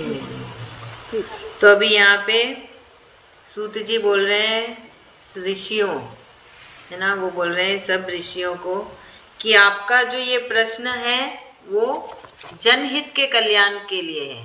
और वो जनहित के कल्याण के लिए क्यों है? क्योंकि वो कृष्ण भगवान जी से जुड़ा हुआ है ना, तो इसलिए वो जनहित के कल्याण के लिए और वो आत्म शुद्धि के लिए भी है। और बोलते हैं कि मनुष्य का धर्म क्या है? मनुष्य का धर्म ये है जो जिसमें वो कृष्ण की भक्ति करे, जहाँ पे वो कृष्ण से प्रेम करे, वही मनुष्य का धर्म है। जो भी कार्य, जो भी पाठ, जो भी पूजा, जो भी वेदा और सब आप पढ़ते हैं, जो कृष्ण भगवान से जुड़ता है, मतलब आपका और कृष्ण भगवान का कनेक्शन बनाता है, प्रेम बढ़ाता है, वो ही है मनुष्य का धर्म। फिर बोल रहे हैं कि तो जिससे भक्ति भी, और ऐसी कैसी भक्ति होना चाहिए कि मुझे ये चाहिए वो चाहिए, नहीं। जैसे बच्चा बोल दिया मुझे मार्क्स चाहिए, बड़े बोल दिया हमको ये सब कुछ चाहिए, वो नहीं। जिसमें कुछ नहीं चाहिए होता है, सिर्फ कृष्ण चाहिए होता है, वो है वैसी वाली भक्ति, है ना। वैसा वाला प्रेम जब कृष्ण भगवान से जुड़ता है वही हो जाता है धर्म। वो हो गया धर्म, जिसमें आपको कोई सांसारिक सुख नहीं चाहिए, बस कृष्ण चाहिए। वैसी वाली भक्ति की बात कर रहे हैं सूत जी यहाँ पे, जो नित्य है, निरंतर है। आपका जीवन चल रहा है, ऐसे नहीं आप संन्यास लेके पहाड़ों में चले गए हो। आप संसार में हो, अपने परिवार में हो, अपना रोजमर्रा का काम कर रहे हो, कर्म कर रहे हो, पर आपके अंदर सब कुछ बदला हुआ है। आपके अंदर कृष्ण है, आप अंदर से कृष्ण भगवान से जुड़े हो, रोज निरंतर, हर पल हर घड़ी। तो ऐसे भक्ति से क्या होता है? परमात्मा की उपलब्धि होती है, मतलब कृष्ण भगवान जी मिल जाते हैं, है ना। फिर भगवान की हमने कहाँ तक किया था? 6 किया था कि 7? हाँ। तो फिर अभी ऐसे क्या होता है, जब ऐसी भक्ति होती है तब ज्ञान और वैराग्य अपने आप ही उस मनुष्य जीव के हृदय में आके बैठ जाते हैं। क्योंकि कृष्ण भगवान से इतना प्रेम हो जाए तो क्या होता है, कृष्ण भगवान जाए वहाँ भक्ति देवी और ज्ञान और वैराग्य, भक्ति देवी के बेटे ज्ञान और वैराग्य। तो भक्ति आई तभी तो आपके पास कृष्ण से इतना प्रेम हुआ, कृष्ण आए तभी तो भक्ति देवी आई, और उनके साथ साथ ज्ञान और वैराग्य भी आ गए ना। तो ऐसे सब एक दूसरे से जुड़े हुए हैं। चलिए अभी हम आगे देखते हैं। अभी रंजिता भाभी पढ़ेगी ना। धर्म का ठीक ठीक अनुष्ठान करने पर भी यदि मनुष्य के हृदय में भगवान की लीला कथाओं के प्रति अनुराग का उदय न हो तो वह निराश्रय ही श्रम है। धर्म का फल है मोक्ष, उसकी सार्थकता अर्थ प्राप्ति में नहीं है। अर्थ केवल धर्म के लिए है, धर्म के लिए है, भोग विलास उसका फल नहीं माना गया है। और एक हाँ, एक और भोग विलास का फल इंद्रियों को तृप्त करना नहीं है, उसका प्रयोजन है केवल जीवन निर्वाह। जीवन का फल भी तत्व जिज्ञासा है। बहुत कर्म करके स्वर्ग आदि प्राप्त करना उसका फल नहीं है। हाँ, तो यहाँ पे अभी बोल रहे हैं कि ज्ञान बोलते ना, हमको बहुत जन बोलते हैं कि कैसे पढ़े श्लोका, इसका तो मीनिंग हमको समझ में ही नहीं आ रहा है, क्या पढ़ रहे हो तो हमको समझ में ही नहीं आ रहा है। तो वही चीज यहाँ पे आगे बोली गई है कि धर्म का मतलब क्या है? अर्थ जानना। अर्थ जानना क्या है? वो तो है सांसारिक ज्ञान। आपको तो कृष्ण को जानना है ना। आपने श्लोका पढ़ा, अभी उसमें क्या लिखा है वो जानना है, मतलब आपको सांसारिक ज्ञान चाहिए। पर अगर आपको कृष्ण चाहिए तो फिर वहां पे धर्म आता है। धर्म क्या है? इसके पहले हमने बोला था धर्म क्या है? जहाँ पे कृष्ण से भक्ति हो। और कैसी वाली भक्ति हो? निस्वार्थ, बस कृष्ण चाहिए, उसका हमको कोई मतलब नहीं है क्या अर्थ है क्या नहीं, गोपियां क्या थी? उनमें कोई ज्ञान नहीं था, उनमें सिर्फ प्रेम था कृष्ण भगवान से। क्या वो पढ़ी लिखी थी, क्या ज्ञानी थी? नहीं, वो सिर्फ कृष्ण भक्त थी, उनको सिर्फ कृष्ण चाहिए था। वैसा वाला प्रेम का कहना यहाँ पे जिक्र हो रहा है कि अर्थ क्या है नहीं है वो सब कुछ दूसरी तरफ, हमें सिर्फ कृष्ण चाहिए। वो वाला प्रेम करने के लिए कृष्ण भगवान जी से कह रहे हैं, तो फिर आपको कृष्ण प्राप्ति होगी, है ना। हम क्या पढ़ रहे हैं पहले हम समझेंगे, हम क्या नहीं समझेंगे, कुछ समझ ही नहीं आ रही है, तो वो तो ज्ञान हो गया, वो सांसारिक ज्ञान हो गया ना। समझ नाप तोल के समझ समझा के ही हम कृष्ण से भक्ति करेंगे, वैसे थोड़ी होता है। कृष्ण से भक्ति करनी बस करो, प्रेम करना बस करो, वो वाला बोल रहे हैं यहाँ पे, गोपियों वाला प्रेम, ना कि एक सांसारिक मनुष्य वाला प्रेम, है ना। तो यहाँ पे वो यही धर्म के बारे में बता रहे और अर्थ के बारे में बता रहे हैं कि तत्वलोक ज्ञाता गीत से भेद से रहित अखंड अद्वित सच्चिदानंद। तो तत्व ज्ञान लेना नहीं है ना। जैसे कृष्ण भगवान को कोई ब्रह्म कहता है, कोई परमात्मा कहता है और कोई भगवान के नाम से पुकारता है, पर है तो कृष्ण ही, है ना। कोई लड्डू गोपाल बुलाते हैं, है ना, कोई बांके बिहारी बुलाते हैं, तो नाम कहीं है, पर प्रेम कैसा है वो आपके हृदय में गोपियों वाला प्रेम होना चाहिए। हमें अर्थ का कोई मतलब नहीं है, जो भी अर्थ लिखा है कृष्ण भगवान जी जाने, हम तो सिर्फ कृष्ण कृष्ण बोलेंगे, है ना। वैसा वाला प्रेम होना चाहिए, तब कृष्ण प्राप्ति होगी। चलिए अब आगे पढ़ते हैं। तो ये सारे की पॉइंट्स याद रखिएगा कि बड़े प्रेम से मन से एक तो भागवत करनी है, फिर कृष्ण ही चाहिए हमें, गलत मैनिफेस्टेशन नहीं करना है कि हमने बहुत पाप किया है, कुछ नहीं किया हमने, हम कृष्ण कृष्ण कर रहे हैं बस। ठीक है, अभी आगे आई थिंक रक्षा भाभी आपका टर्न है ना, ये 11वां पढ़ लीजिए एक श्लोक। तत्ववेता लोग ज्ञाता और यज्ञ के भेद से रहित अखंड अद्वितीय सच्चिदानंद स्वरूप ज्ञान को ही तत्व कहते हैं। उसी को कोई ब्रह्म, कोई परमात्मा और कोई भगवान के नाम से पुकारते हैं।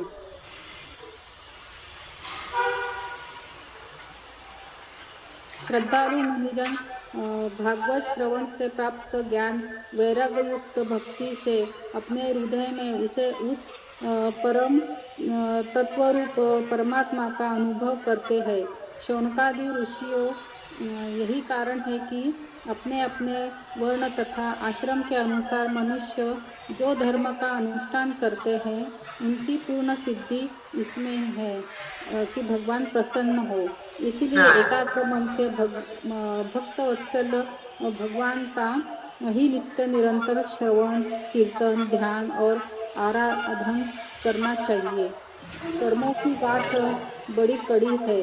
विचारवान पुरुष भगवान के चिंतन की तलवार से उस गांठ को काट डालते हैं।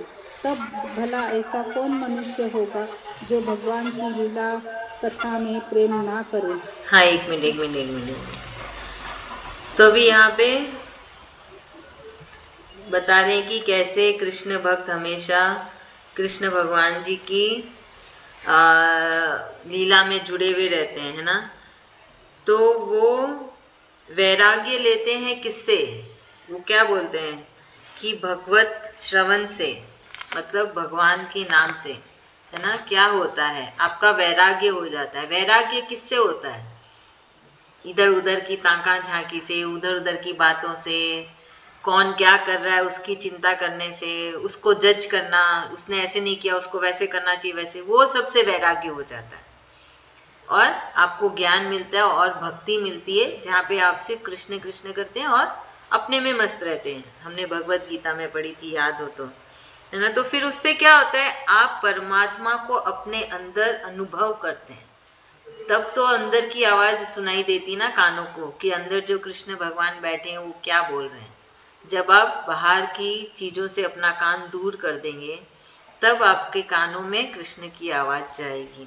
तो ऐसा होता है कृष्ण भक्तों का स्वभाव, भगवत स्वरूप कृष्ण भक्तों का स्वभाव।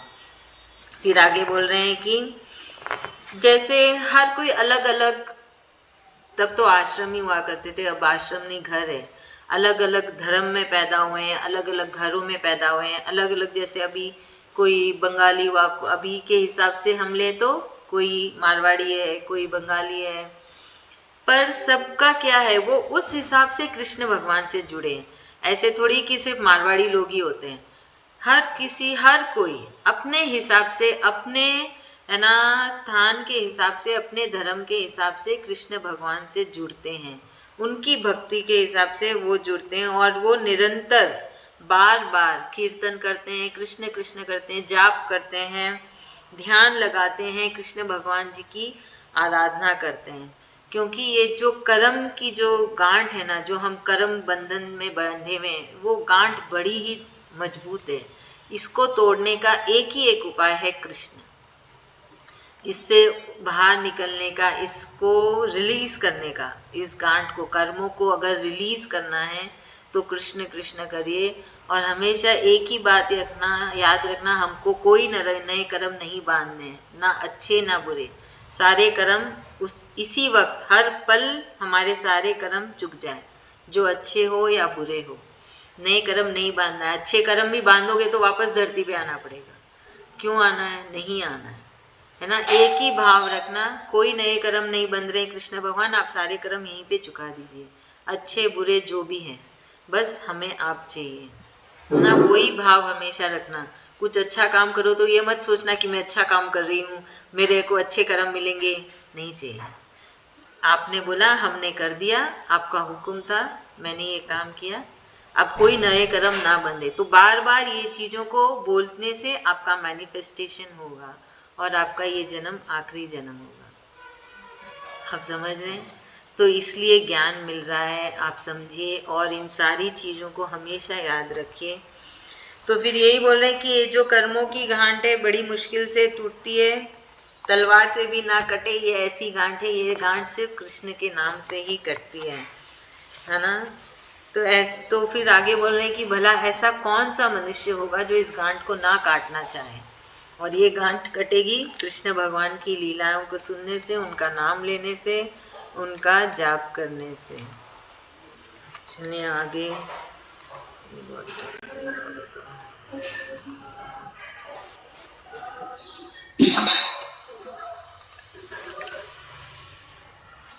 अभी किसका टर्न है?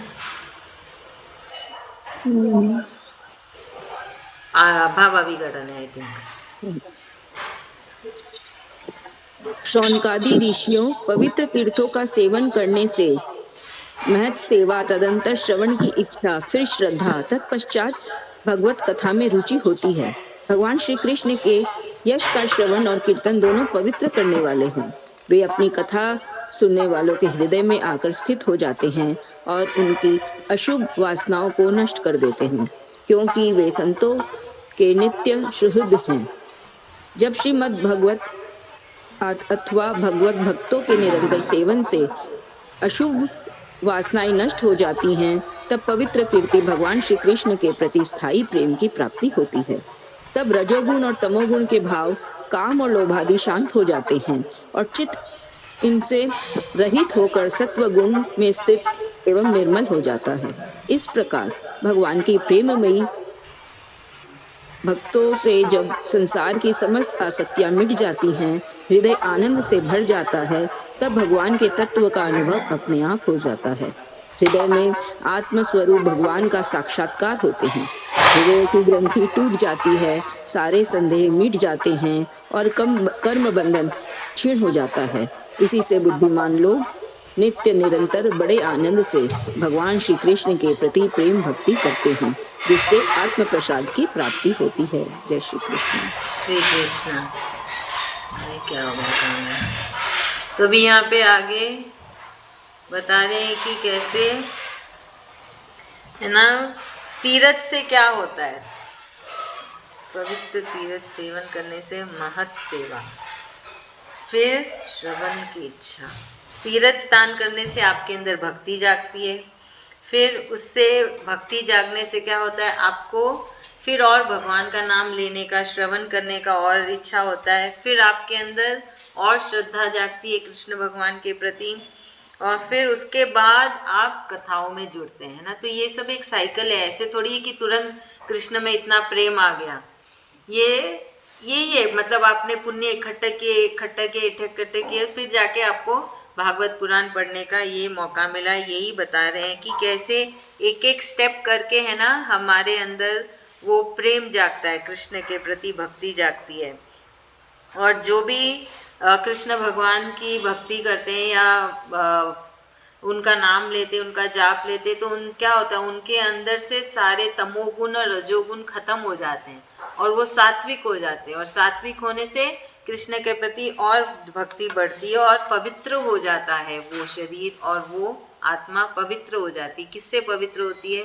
जो जितने भी तमोगुण और रजोगुण रहते हैं, मतलब नेगेटिविटीज, सारी नेगेटिविटीज अपने आप बाहर चली जाती है। अब जब कृष्ण कृष्ण करेंगे तो अपने आप ही चली जाएगी।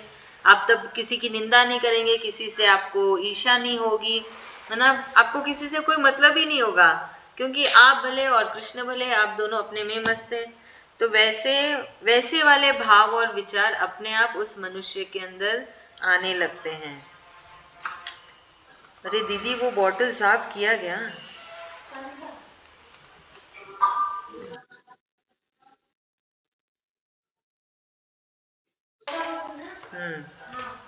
तो फिर वहाँ पे भी फिर आगे बोल रहे हैं सूत जी कि कैसे है ना कृष्ण भगवान जी अपने आप उस मनुष्य जो जीव है और उसके अंदर आत्मा है उसकी शुद्धि करते रहते हैं।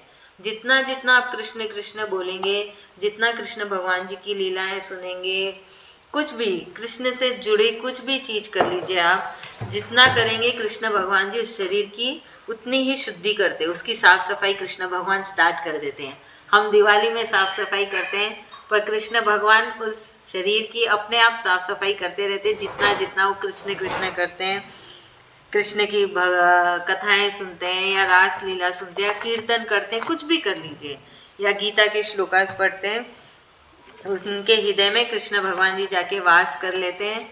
और रंजीता भाभी, उसमें कुछ नहीं लिखा है ये सब, आप वहां मत ढूंढिए। तो है ना, कृष्ण भगवान जी उनके हृदय में जाके वास करते और उसकी शुद्धि करते। ये जो लिखा है ना उसका, वो मैं आपको बहुत सरल हिंदी में समझाने की कोशिश कर रही हूँ, कृष्ण भगवान जी की मर्जी से। कृष्ण भगवान ही बोल रहे, मेरे पास भी कुछ नहीं लिखा हुआ, वो कृष्ण भगवान मेरे कानों में बोल रहे हैं और मेरे मुख से आप सबके पास जा रहा है बस।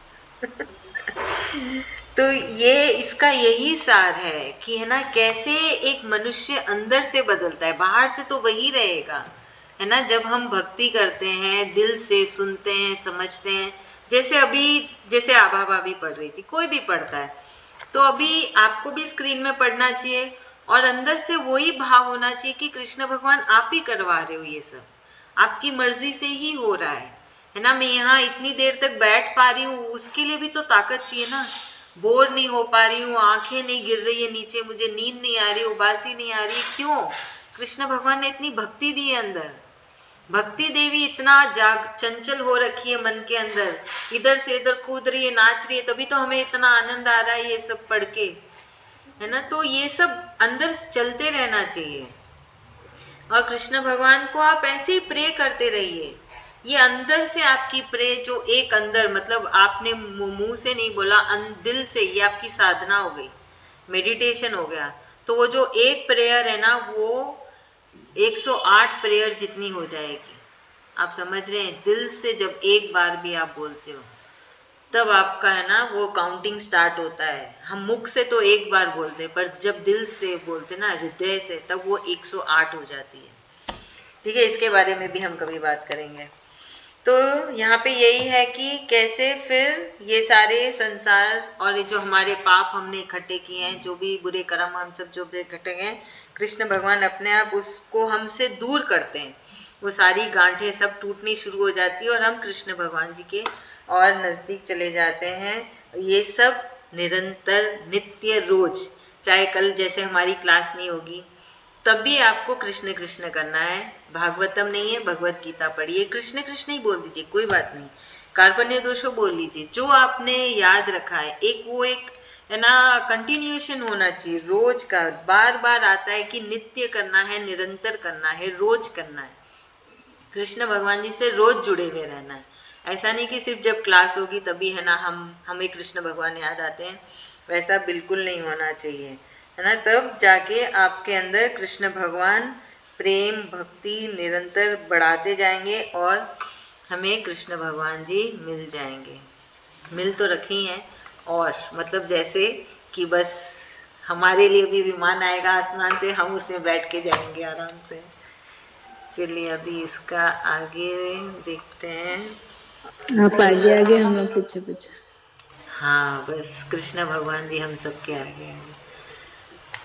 अच्छा ठीक है, अभी जिज्ञासा भाभी, रक्षा भाभी आपका बाकी है ना शायद, कि हो गया? मेरी आवाज नहीं जा रही? आ रही है। आ रही है दीदी। शुरू करें क्या? हाँ हाँ, पढ़ रही है, मैं शेयर करती स्क्रीन। हाँ पढ़िए। प्रकृति के 3 गुण हैं, सत्व। कौन पढ़ रहा है? किसका टर्न है? आपने कोई रक्षा भी पढ़ भाभी लो, को एक जन बुलाया। पहले पढ़ लो, एक जन पीछे पढ़ लो, हाँ, कोई भी पढ़ लो। मैं पढ़ लेती हूँ। अच्छा ठीक है, आप प्रकृति पढ़िए। के रक्षा 3 भाभी आप गुण हैं, पढ़िए। सत्व रज और तम। इसको स्वीकार करने के इस संसार की स्थिति उत्पत्ति और प्रलय के लिए एक अद्वितीय परमात्मा ही विष्णु ब्रह्मा और रुद्र है। ये 3 नाम ग्रहण करते हैं, फिर भी मनुष्य को परम कल्याण तो सत्वगुण स्वीकार करने वाले श्री हरि से ही होता है। वैसे पृथ्वी के विकार लकड़ी की अपेक्षा धुआं श्रेष्ठ है, और उससे ही श्रेष्ठ है अग्नि, क्योंकि वेदोक्त यज्ञ यज्ञादि के द्वारा अग्नि सद्गति देने वाला है। वैसे ही तमोगुण से रजोगुण श्रेष्ठ है, और रजोगुण से सत्वगुण श्रेष्ठ है, क्योंकि यह भगवान का दर्शन करने वाला है। प्राचीन युग में महात्मा लोग अपने कल्याण के लिए विशुद्ध सत्वमय भगवान विष्णु की आराधना किया करते थे। अब भी जो लोग उनका अनुसरण करते हैं वे उनकी सम्मान कल्याण कल्याण भजन होते हैं। जो लोग इस संसार सागर से पार जाना चाहते हैं, यद्यपि किसी की निंदा तो नहीं करते, न किसी को किसी में दोष भी नहीं देखते हैं, फिर भी घोर रूप वाले तमोगुण रजोगुण भैरवादि भूतपतियों की उपासना न करके सत्वगुणी विष्णु भगवान और दिखे रहा उनके अंश यहाँ से विष्णु भगवान और उनके अंश कला स्वरूपों का ही भजन करते हैं। हाँ एक मिनट यहाँ, एक मिनट हम यहीं पे रुकते हैं अभी एक बार।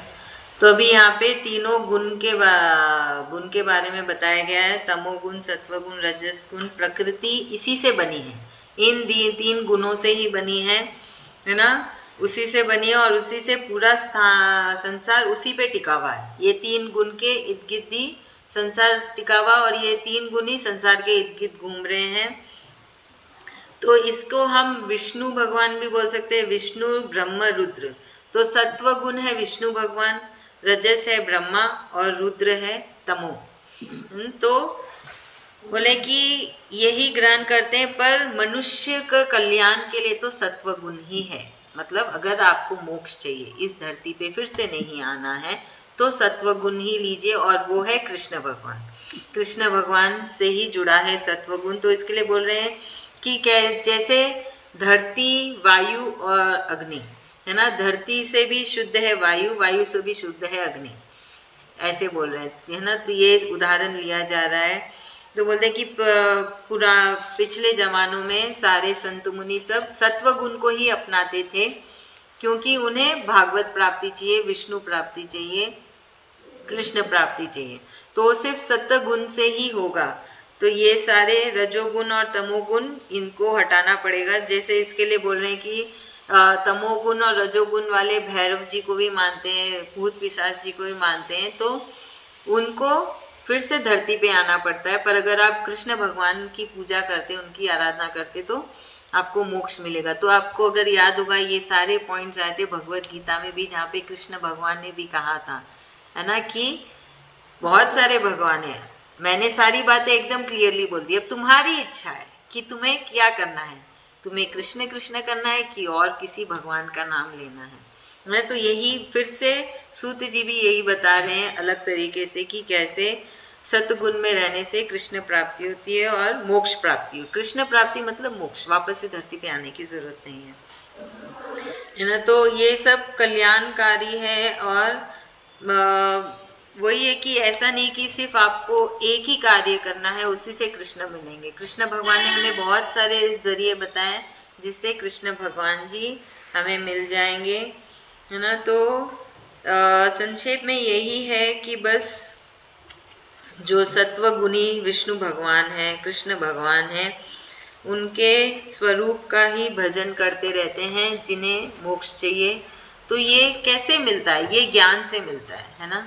कृष्ण भगवान ने ज्ञान दिया, समझाया, बुद्धि दे ही रखी है सब मनुष्य को। अब उस बुद्धि का इस्तेमाल करिए और कृष्ण भक्ति करिए। तो यही था। चलिए अब हम आगे। तो जब आप पढ़ रहे हैं, आप सबको ही बड़े ध्यान से पढ़िएगा, ताकि जब मैं बोल रही हूँ, इन शॉर्ट बोलूँगी, मैं छोटे में बोल दूँगी, तो आपका ये डबल रिवीजन हो जाएगा। ठीक है जिज्ञासा भाभी, आपका टर्न, आपको यहाँ से पढ़ना है। मैम कहाँ से पढ़ना है? आई थिंक 23 के बाद से। हाँ, परंतु जिसका स्वभाव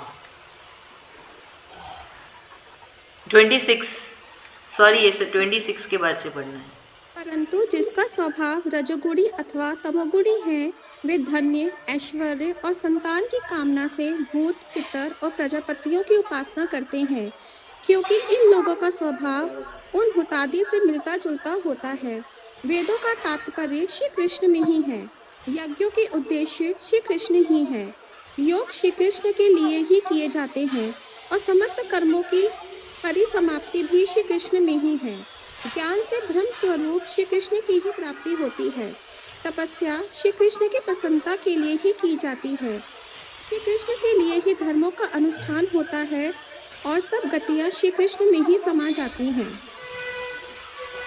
यद्यपि भगवान श्री कृष्ण प्रकृति और उसके गुणों से अतीत हैं, फिर भी अपनी गुणमयी माया से, जो प्रपंच की दृष्टि से है और तत्व की दृष्टि से नहीं है, उन्होंने ही स्वर्ग के आदि में इस संसार की रचना की थी।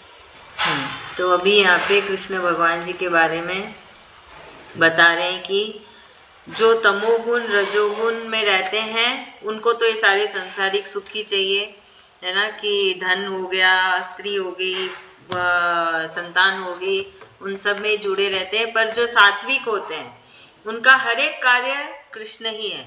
उनका तप भी कृष्ण है, जप भी कृष्ण है ना, पूजा भी कृष्ण है, कीर्तन भी कृष्ण है, उनका हर एक कर्म भी श्री कृष्ण ही है। सब कुछ उनका श्री कृष्ण ही है और सब कुछ श्री कृष्ण से ही जुड़ा है और श्री कृष्ण भगवान के लिए ही सब कुछ होता है। पर कृष्ण भगवान जी ने अपनी योग माया से सब मनुष्य को ब्रह्म में रखा है ना, तभी वो सब दूसरे मतलब वो सारे दूसरे गुणों में फंसे हुए हैं, तमोगुण और रजोगुण, और वो सत्व गुण तक नहीं आ पाते हैं। तो सत्व गुण तक आने के लिए बहुत सारे पुण्य इकट्ठे करने पड़ते हैं, तब जाके कोई सत्व गुण में आते हैं। जब सत्व गुण में आते तब कृष्ण भक्ति मिलती है, ये बता रहे हैं सूत जी। तो ये सब आपके लिए भी है कि सब सत्व गुण में है, सत्व गुण में है, तभी हमें कृष्ण की भक्ति मिली है। आपने गीता भी पढ़ के अभी भागवतम कर रहे हैं, तो ये सब एक अच्छी फीलिंग के लिए सूत जी बता रहे हैं कि आपको अच्छा फील हो कि आप जो कृष्ण कृष्ण कर रहे हो उसका फल आपको क्या मिला है, कि आप सत्व गुण में हैं, कृष्ण भगवान जी की प्राप्ति हुई है। और बस थोड़ा ही और आगे चलना है। कृष्ण भगवान जी की स्कूल पास कर ली, कॉलेज भी पास कर लेंगे हम बड़े ही प्रेम से।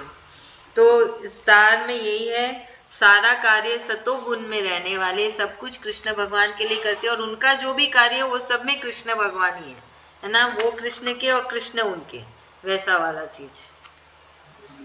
चलिए अब आगे पढ़िए। पढ़ो दीदी। हाँ हाँ। ये सत्व रज और तम तीनों गुण उसी माया के विलास है। इनके भीतर रहकर भगवान इनसे युक्त सरीखे मालूम पड़ते हैं। वास्तव में तो ये परिपूर्ण विज्ञानानंद धन है। अग्नि तो वस्तुतः एक ही है, परंतु जब वह अनेक प्रकार की लकड़ियों में प्रकट होती है तब अनेक सी मालूम पड़ती है। वैसे ही सबके आत्म रूप भगवान तो एक ही है, परंतु प्राणियों की अनेकता से अनेक जैसे जान पड़ते हैं।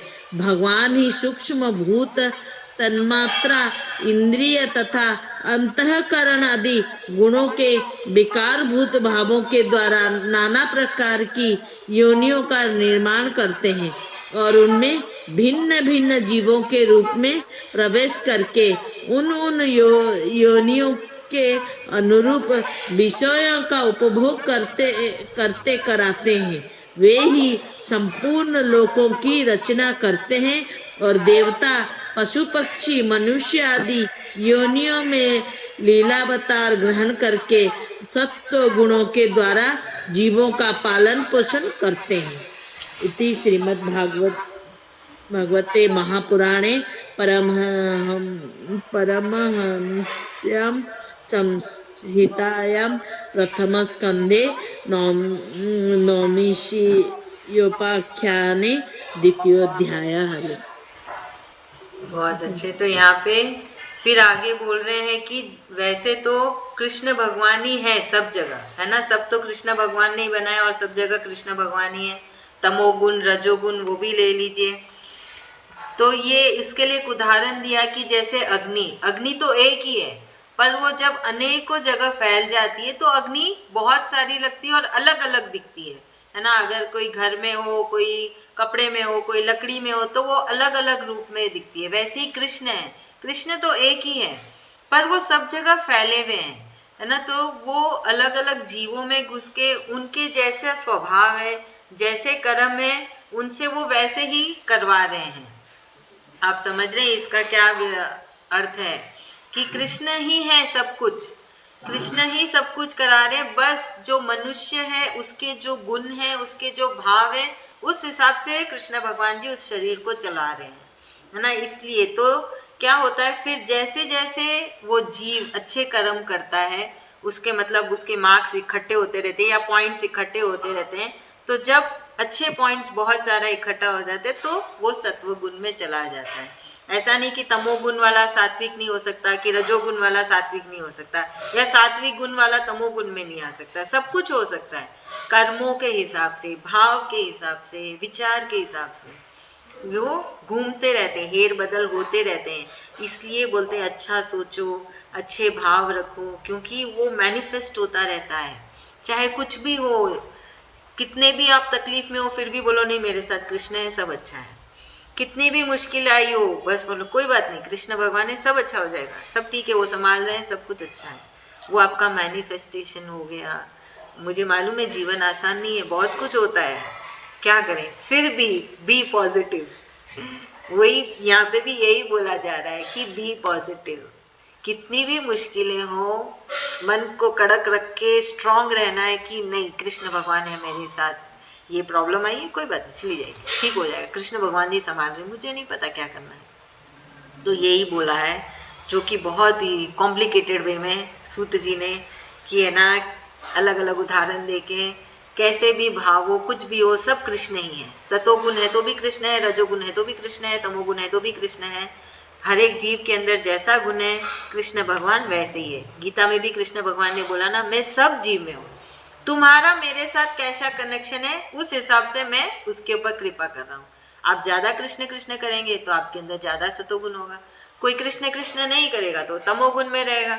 कोई दोनों कर रहा है तो रजोगुण और तमोगुण दोनों चल रहा है। याद है वो सारे पॉइंट्स हमने गीता में भी पढ़ी थी, वही सारी चीजें हैं, है। तो याद रखिएगा, कृष्ण भगवान बार बार याद दिला रहे हैं कि मुझे याद करते रहो, मुझे मत भूलना, बहुत काम है, जोड़ों में दर्द है, कुछ ना कुछ चल रहा है, ठंड बहुत है, गर्मी बहुत है, सब कुछ है, पर कृष्ण कृष्ण तो करना ही है।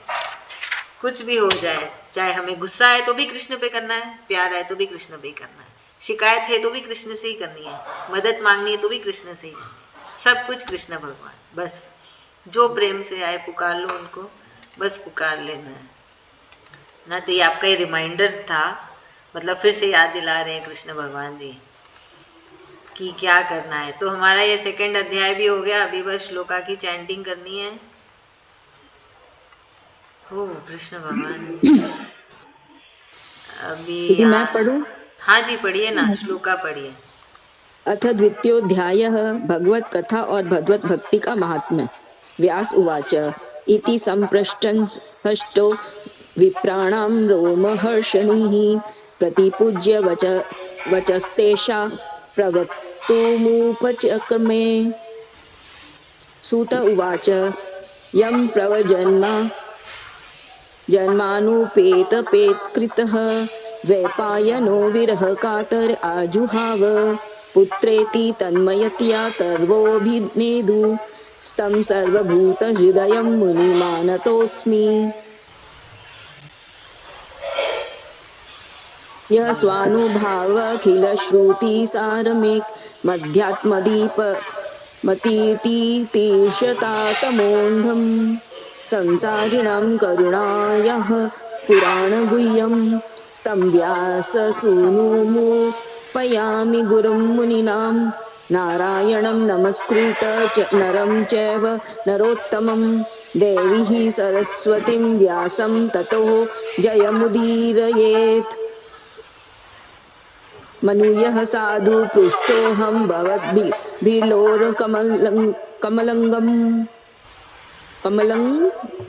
कमलं ठीक ही पढ़ा ना दीदी? कमलं यत्कृतः, गलम, हाँ कमंगलम यही है ना? कमंगलम कमंगलम यत्कृतः कृष्ण संप्रशो येनात्मा सुप्रसिद्धितति स वै पुंसा परो धर्मो यतो भक्तिर्षोक्षजे अहेतुक्य प्रतिहता ययात्मा संप्रसिदति वासुदेवे भगवति भक्ति योगो प्रयोजितः जन्यत्याशु वैराग्यं ज्ञानं च यदहेतुकं धर्म स्वनिष्ठतः पुंसा विश्वक्सेन कथासु यः नोत्पादयेद्यत्तिरतिं श्रम एव हि केवलं धर्मस्य यापर्गस्य नार्थोपकल्पते नार्थस्य धर्मे कान्तस्य कामो लाभाय हि स्मृतः कामस्य नेन्द्रिय प्रीतिर्लाभो जीवेत यावता जीवस्य तत्त्वजिज्ञासा नार्थो यश्चेह कर्मभिः वदन्ति तत्त्वविदस्तत्त्वं यज्ञानमद्वितीयं ब्रह्मेति परमात्मेति भगवानीति शब्दयते। हाँ ठीक है। अभी शब्दयते कौन पढ़ेगा अभी? मेरा पढ़। हाँ ठीक है आप पढ़िए, 1 मिनट। हाँ यहाँ से पढ़िए।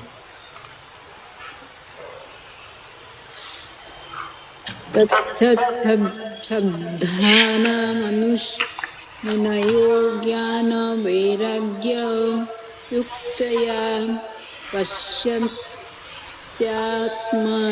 चात्मानं भक्त्या सुतगृहीतया अतः पूर्णभिर्द्विजश्रेष्ठा वर्णाश्रमविभागशः स्वनुष्ठितस्य धर्मस्य संसिद्धिर्हरितोषणम् तस्मादेकेन मनसा भगवान् सत्वतं प्रीतिः पतिः श्रोतव्यः कीर्तितव्यश्च ध्यायेयः पूज्यश्च नित्यदा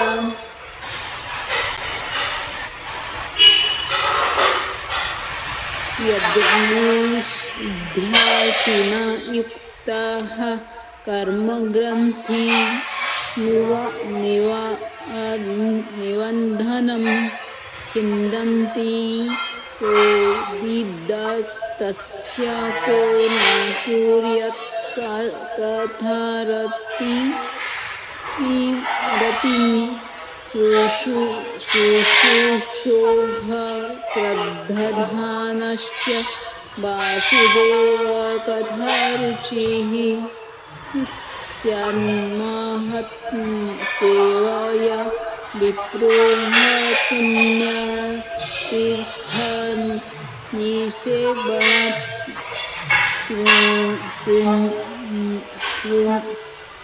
ये क्या उच्चारण है? शृण्वतां स्वकथं कृष्णः पुण्यश्रवणकीर्तनः हयध्यन्तः स्थो हयभद्राणि विधुनोति सुहृत्कथं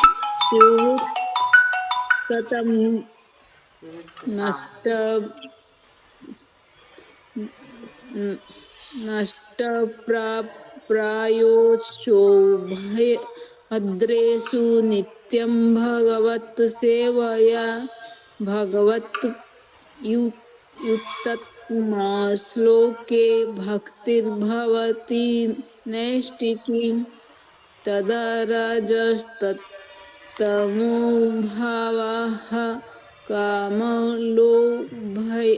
कामलोभादयश्च एतैरनाविद्धं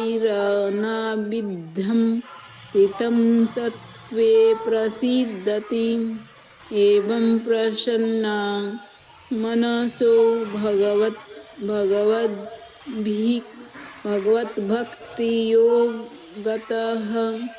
भगवत्त्वविज्ञानं मुक्तसङ्गस्य जायते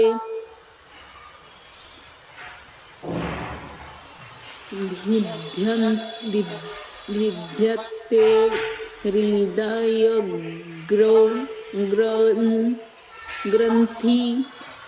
शिच्छन्ति सर्वसंशयाः। हाँ, अभी नेक्स्ट मैं पढ़ूं दीदी? हाँ जी, आप पढ़िए।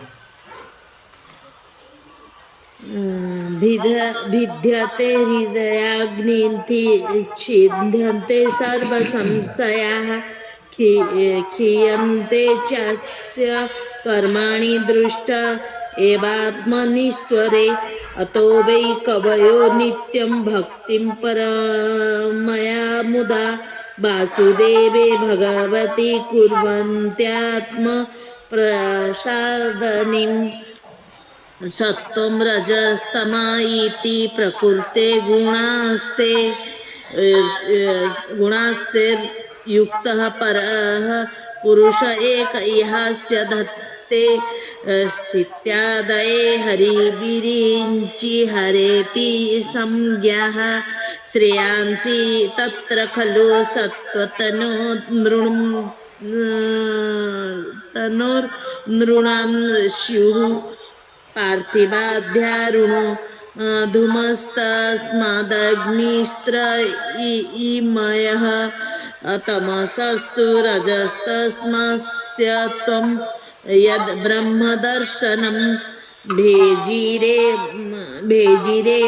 मुनयो ग्राथाग्रे भगवन्तमधोक्षजम् सत्त्वं विशुद्धं खेमाय कल्पन्ते येनोतानिह मनुष्यवो धूररूपान् हित्वा भूतपतिनथ नारायणकलाः शान्ता भजन्ति ह्यनसूयवः रजस्तमः प्रकृतयः समशीला भजन्ति वे पितृभूत प्रजेशादीन् श्रियेश्वर्य प्रजेष्यवः वासुदेव परा वेदा वासुदेव परामखाः वासुदेव परा योगा वासुदेव परा क्रियाः वासुदेव परं ज्ञानं वासुदेव परं तपः वासुदेव परधर्मो वासुदेव परा गतिः स एवेदं ससर्जाग्रे भगवानात्मा मायया सदसद्रूपया चासौ गुणमय्या गुणो विभु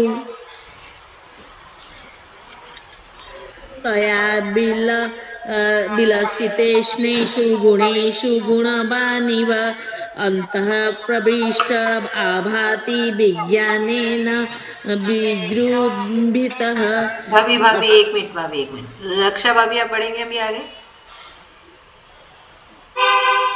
अनम्यूट करिए। यथार्थ वही तो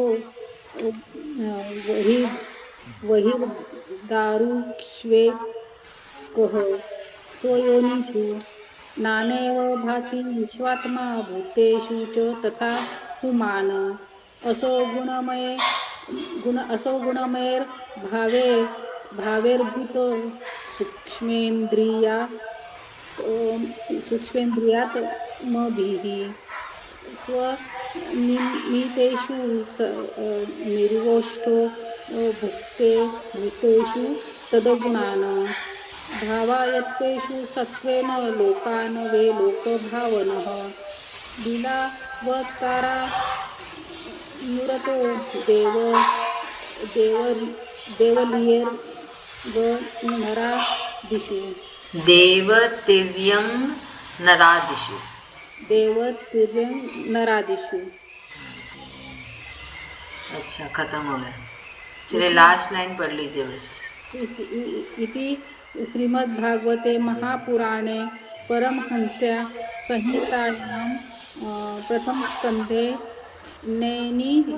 नैनिषियो व्याख्याने द्वितीय अध्यायः। हरि ओम तत्सत, हरि ओम तत्सत, हरि ओम तत्सत। धन्यवाद कृष्ण भगवान जी का, धन्यवाद आप सबका।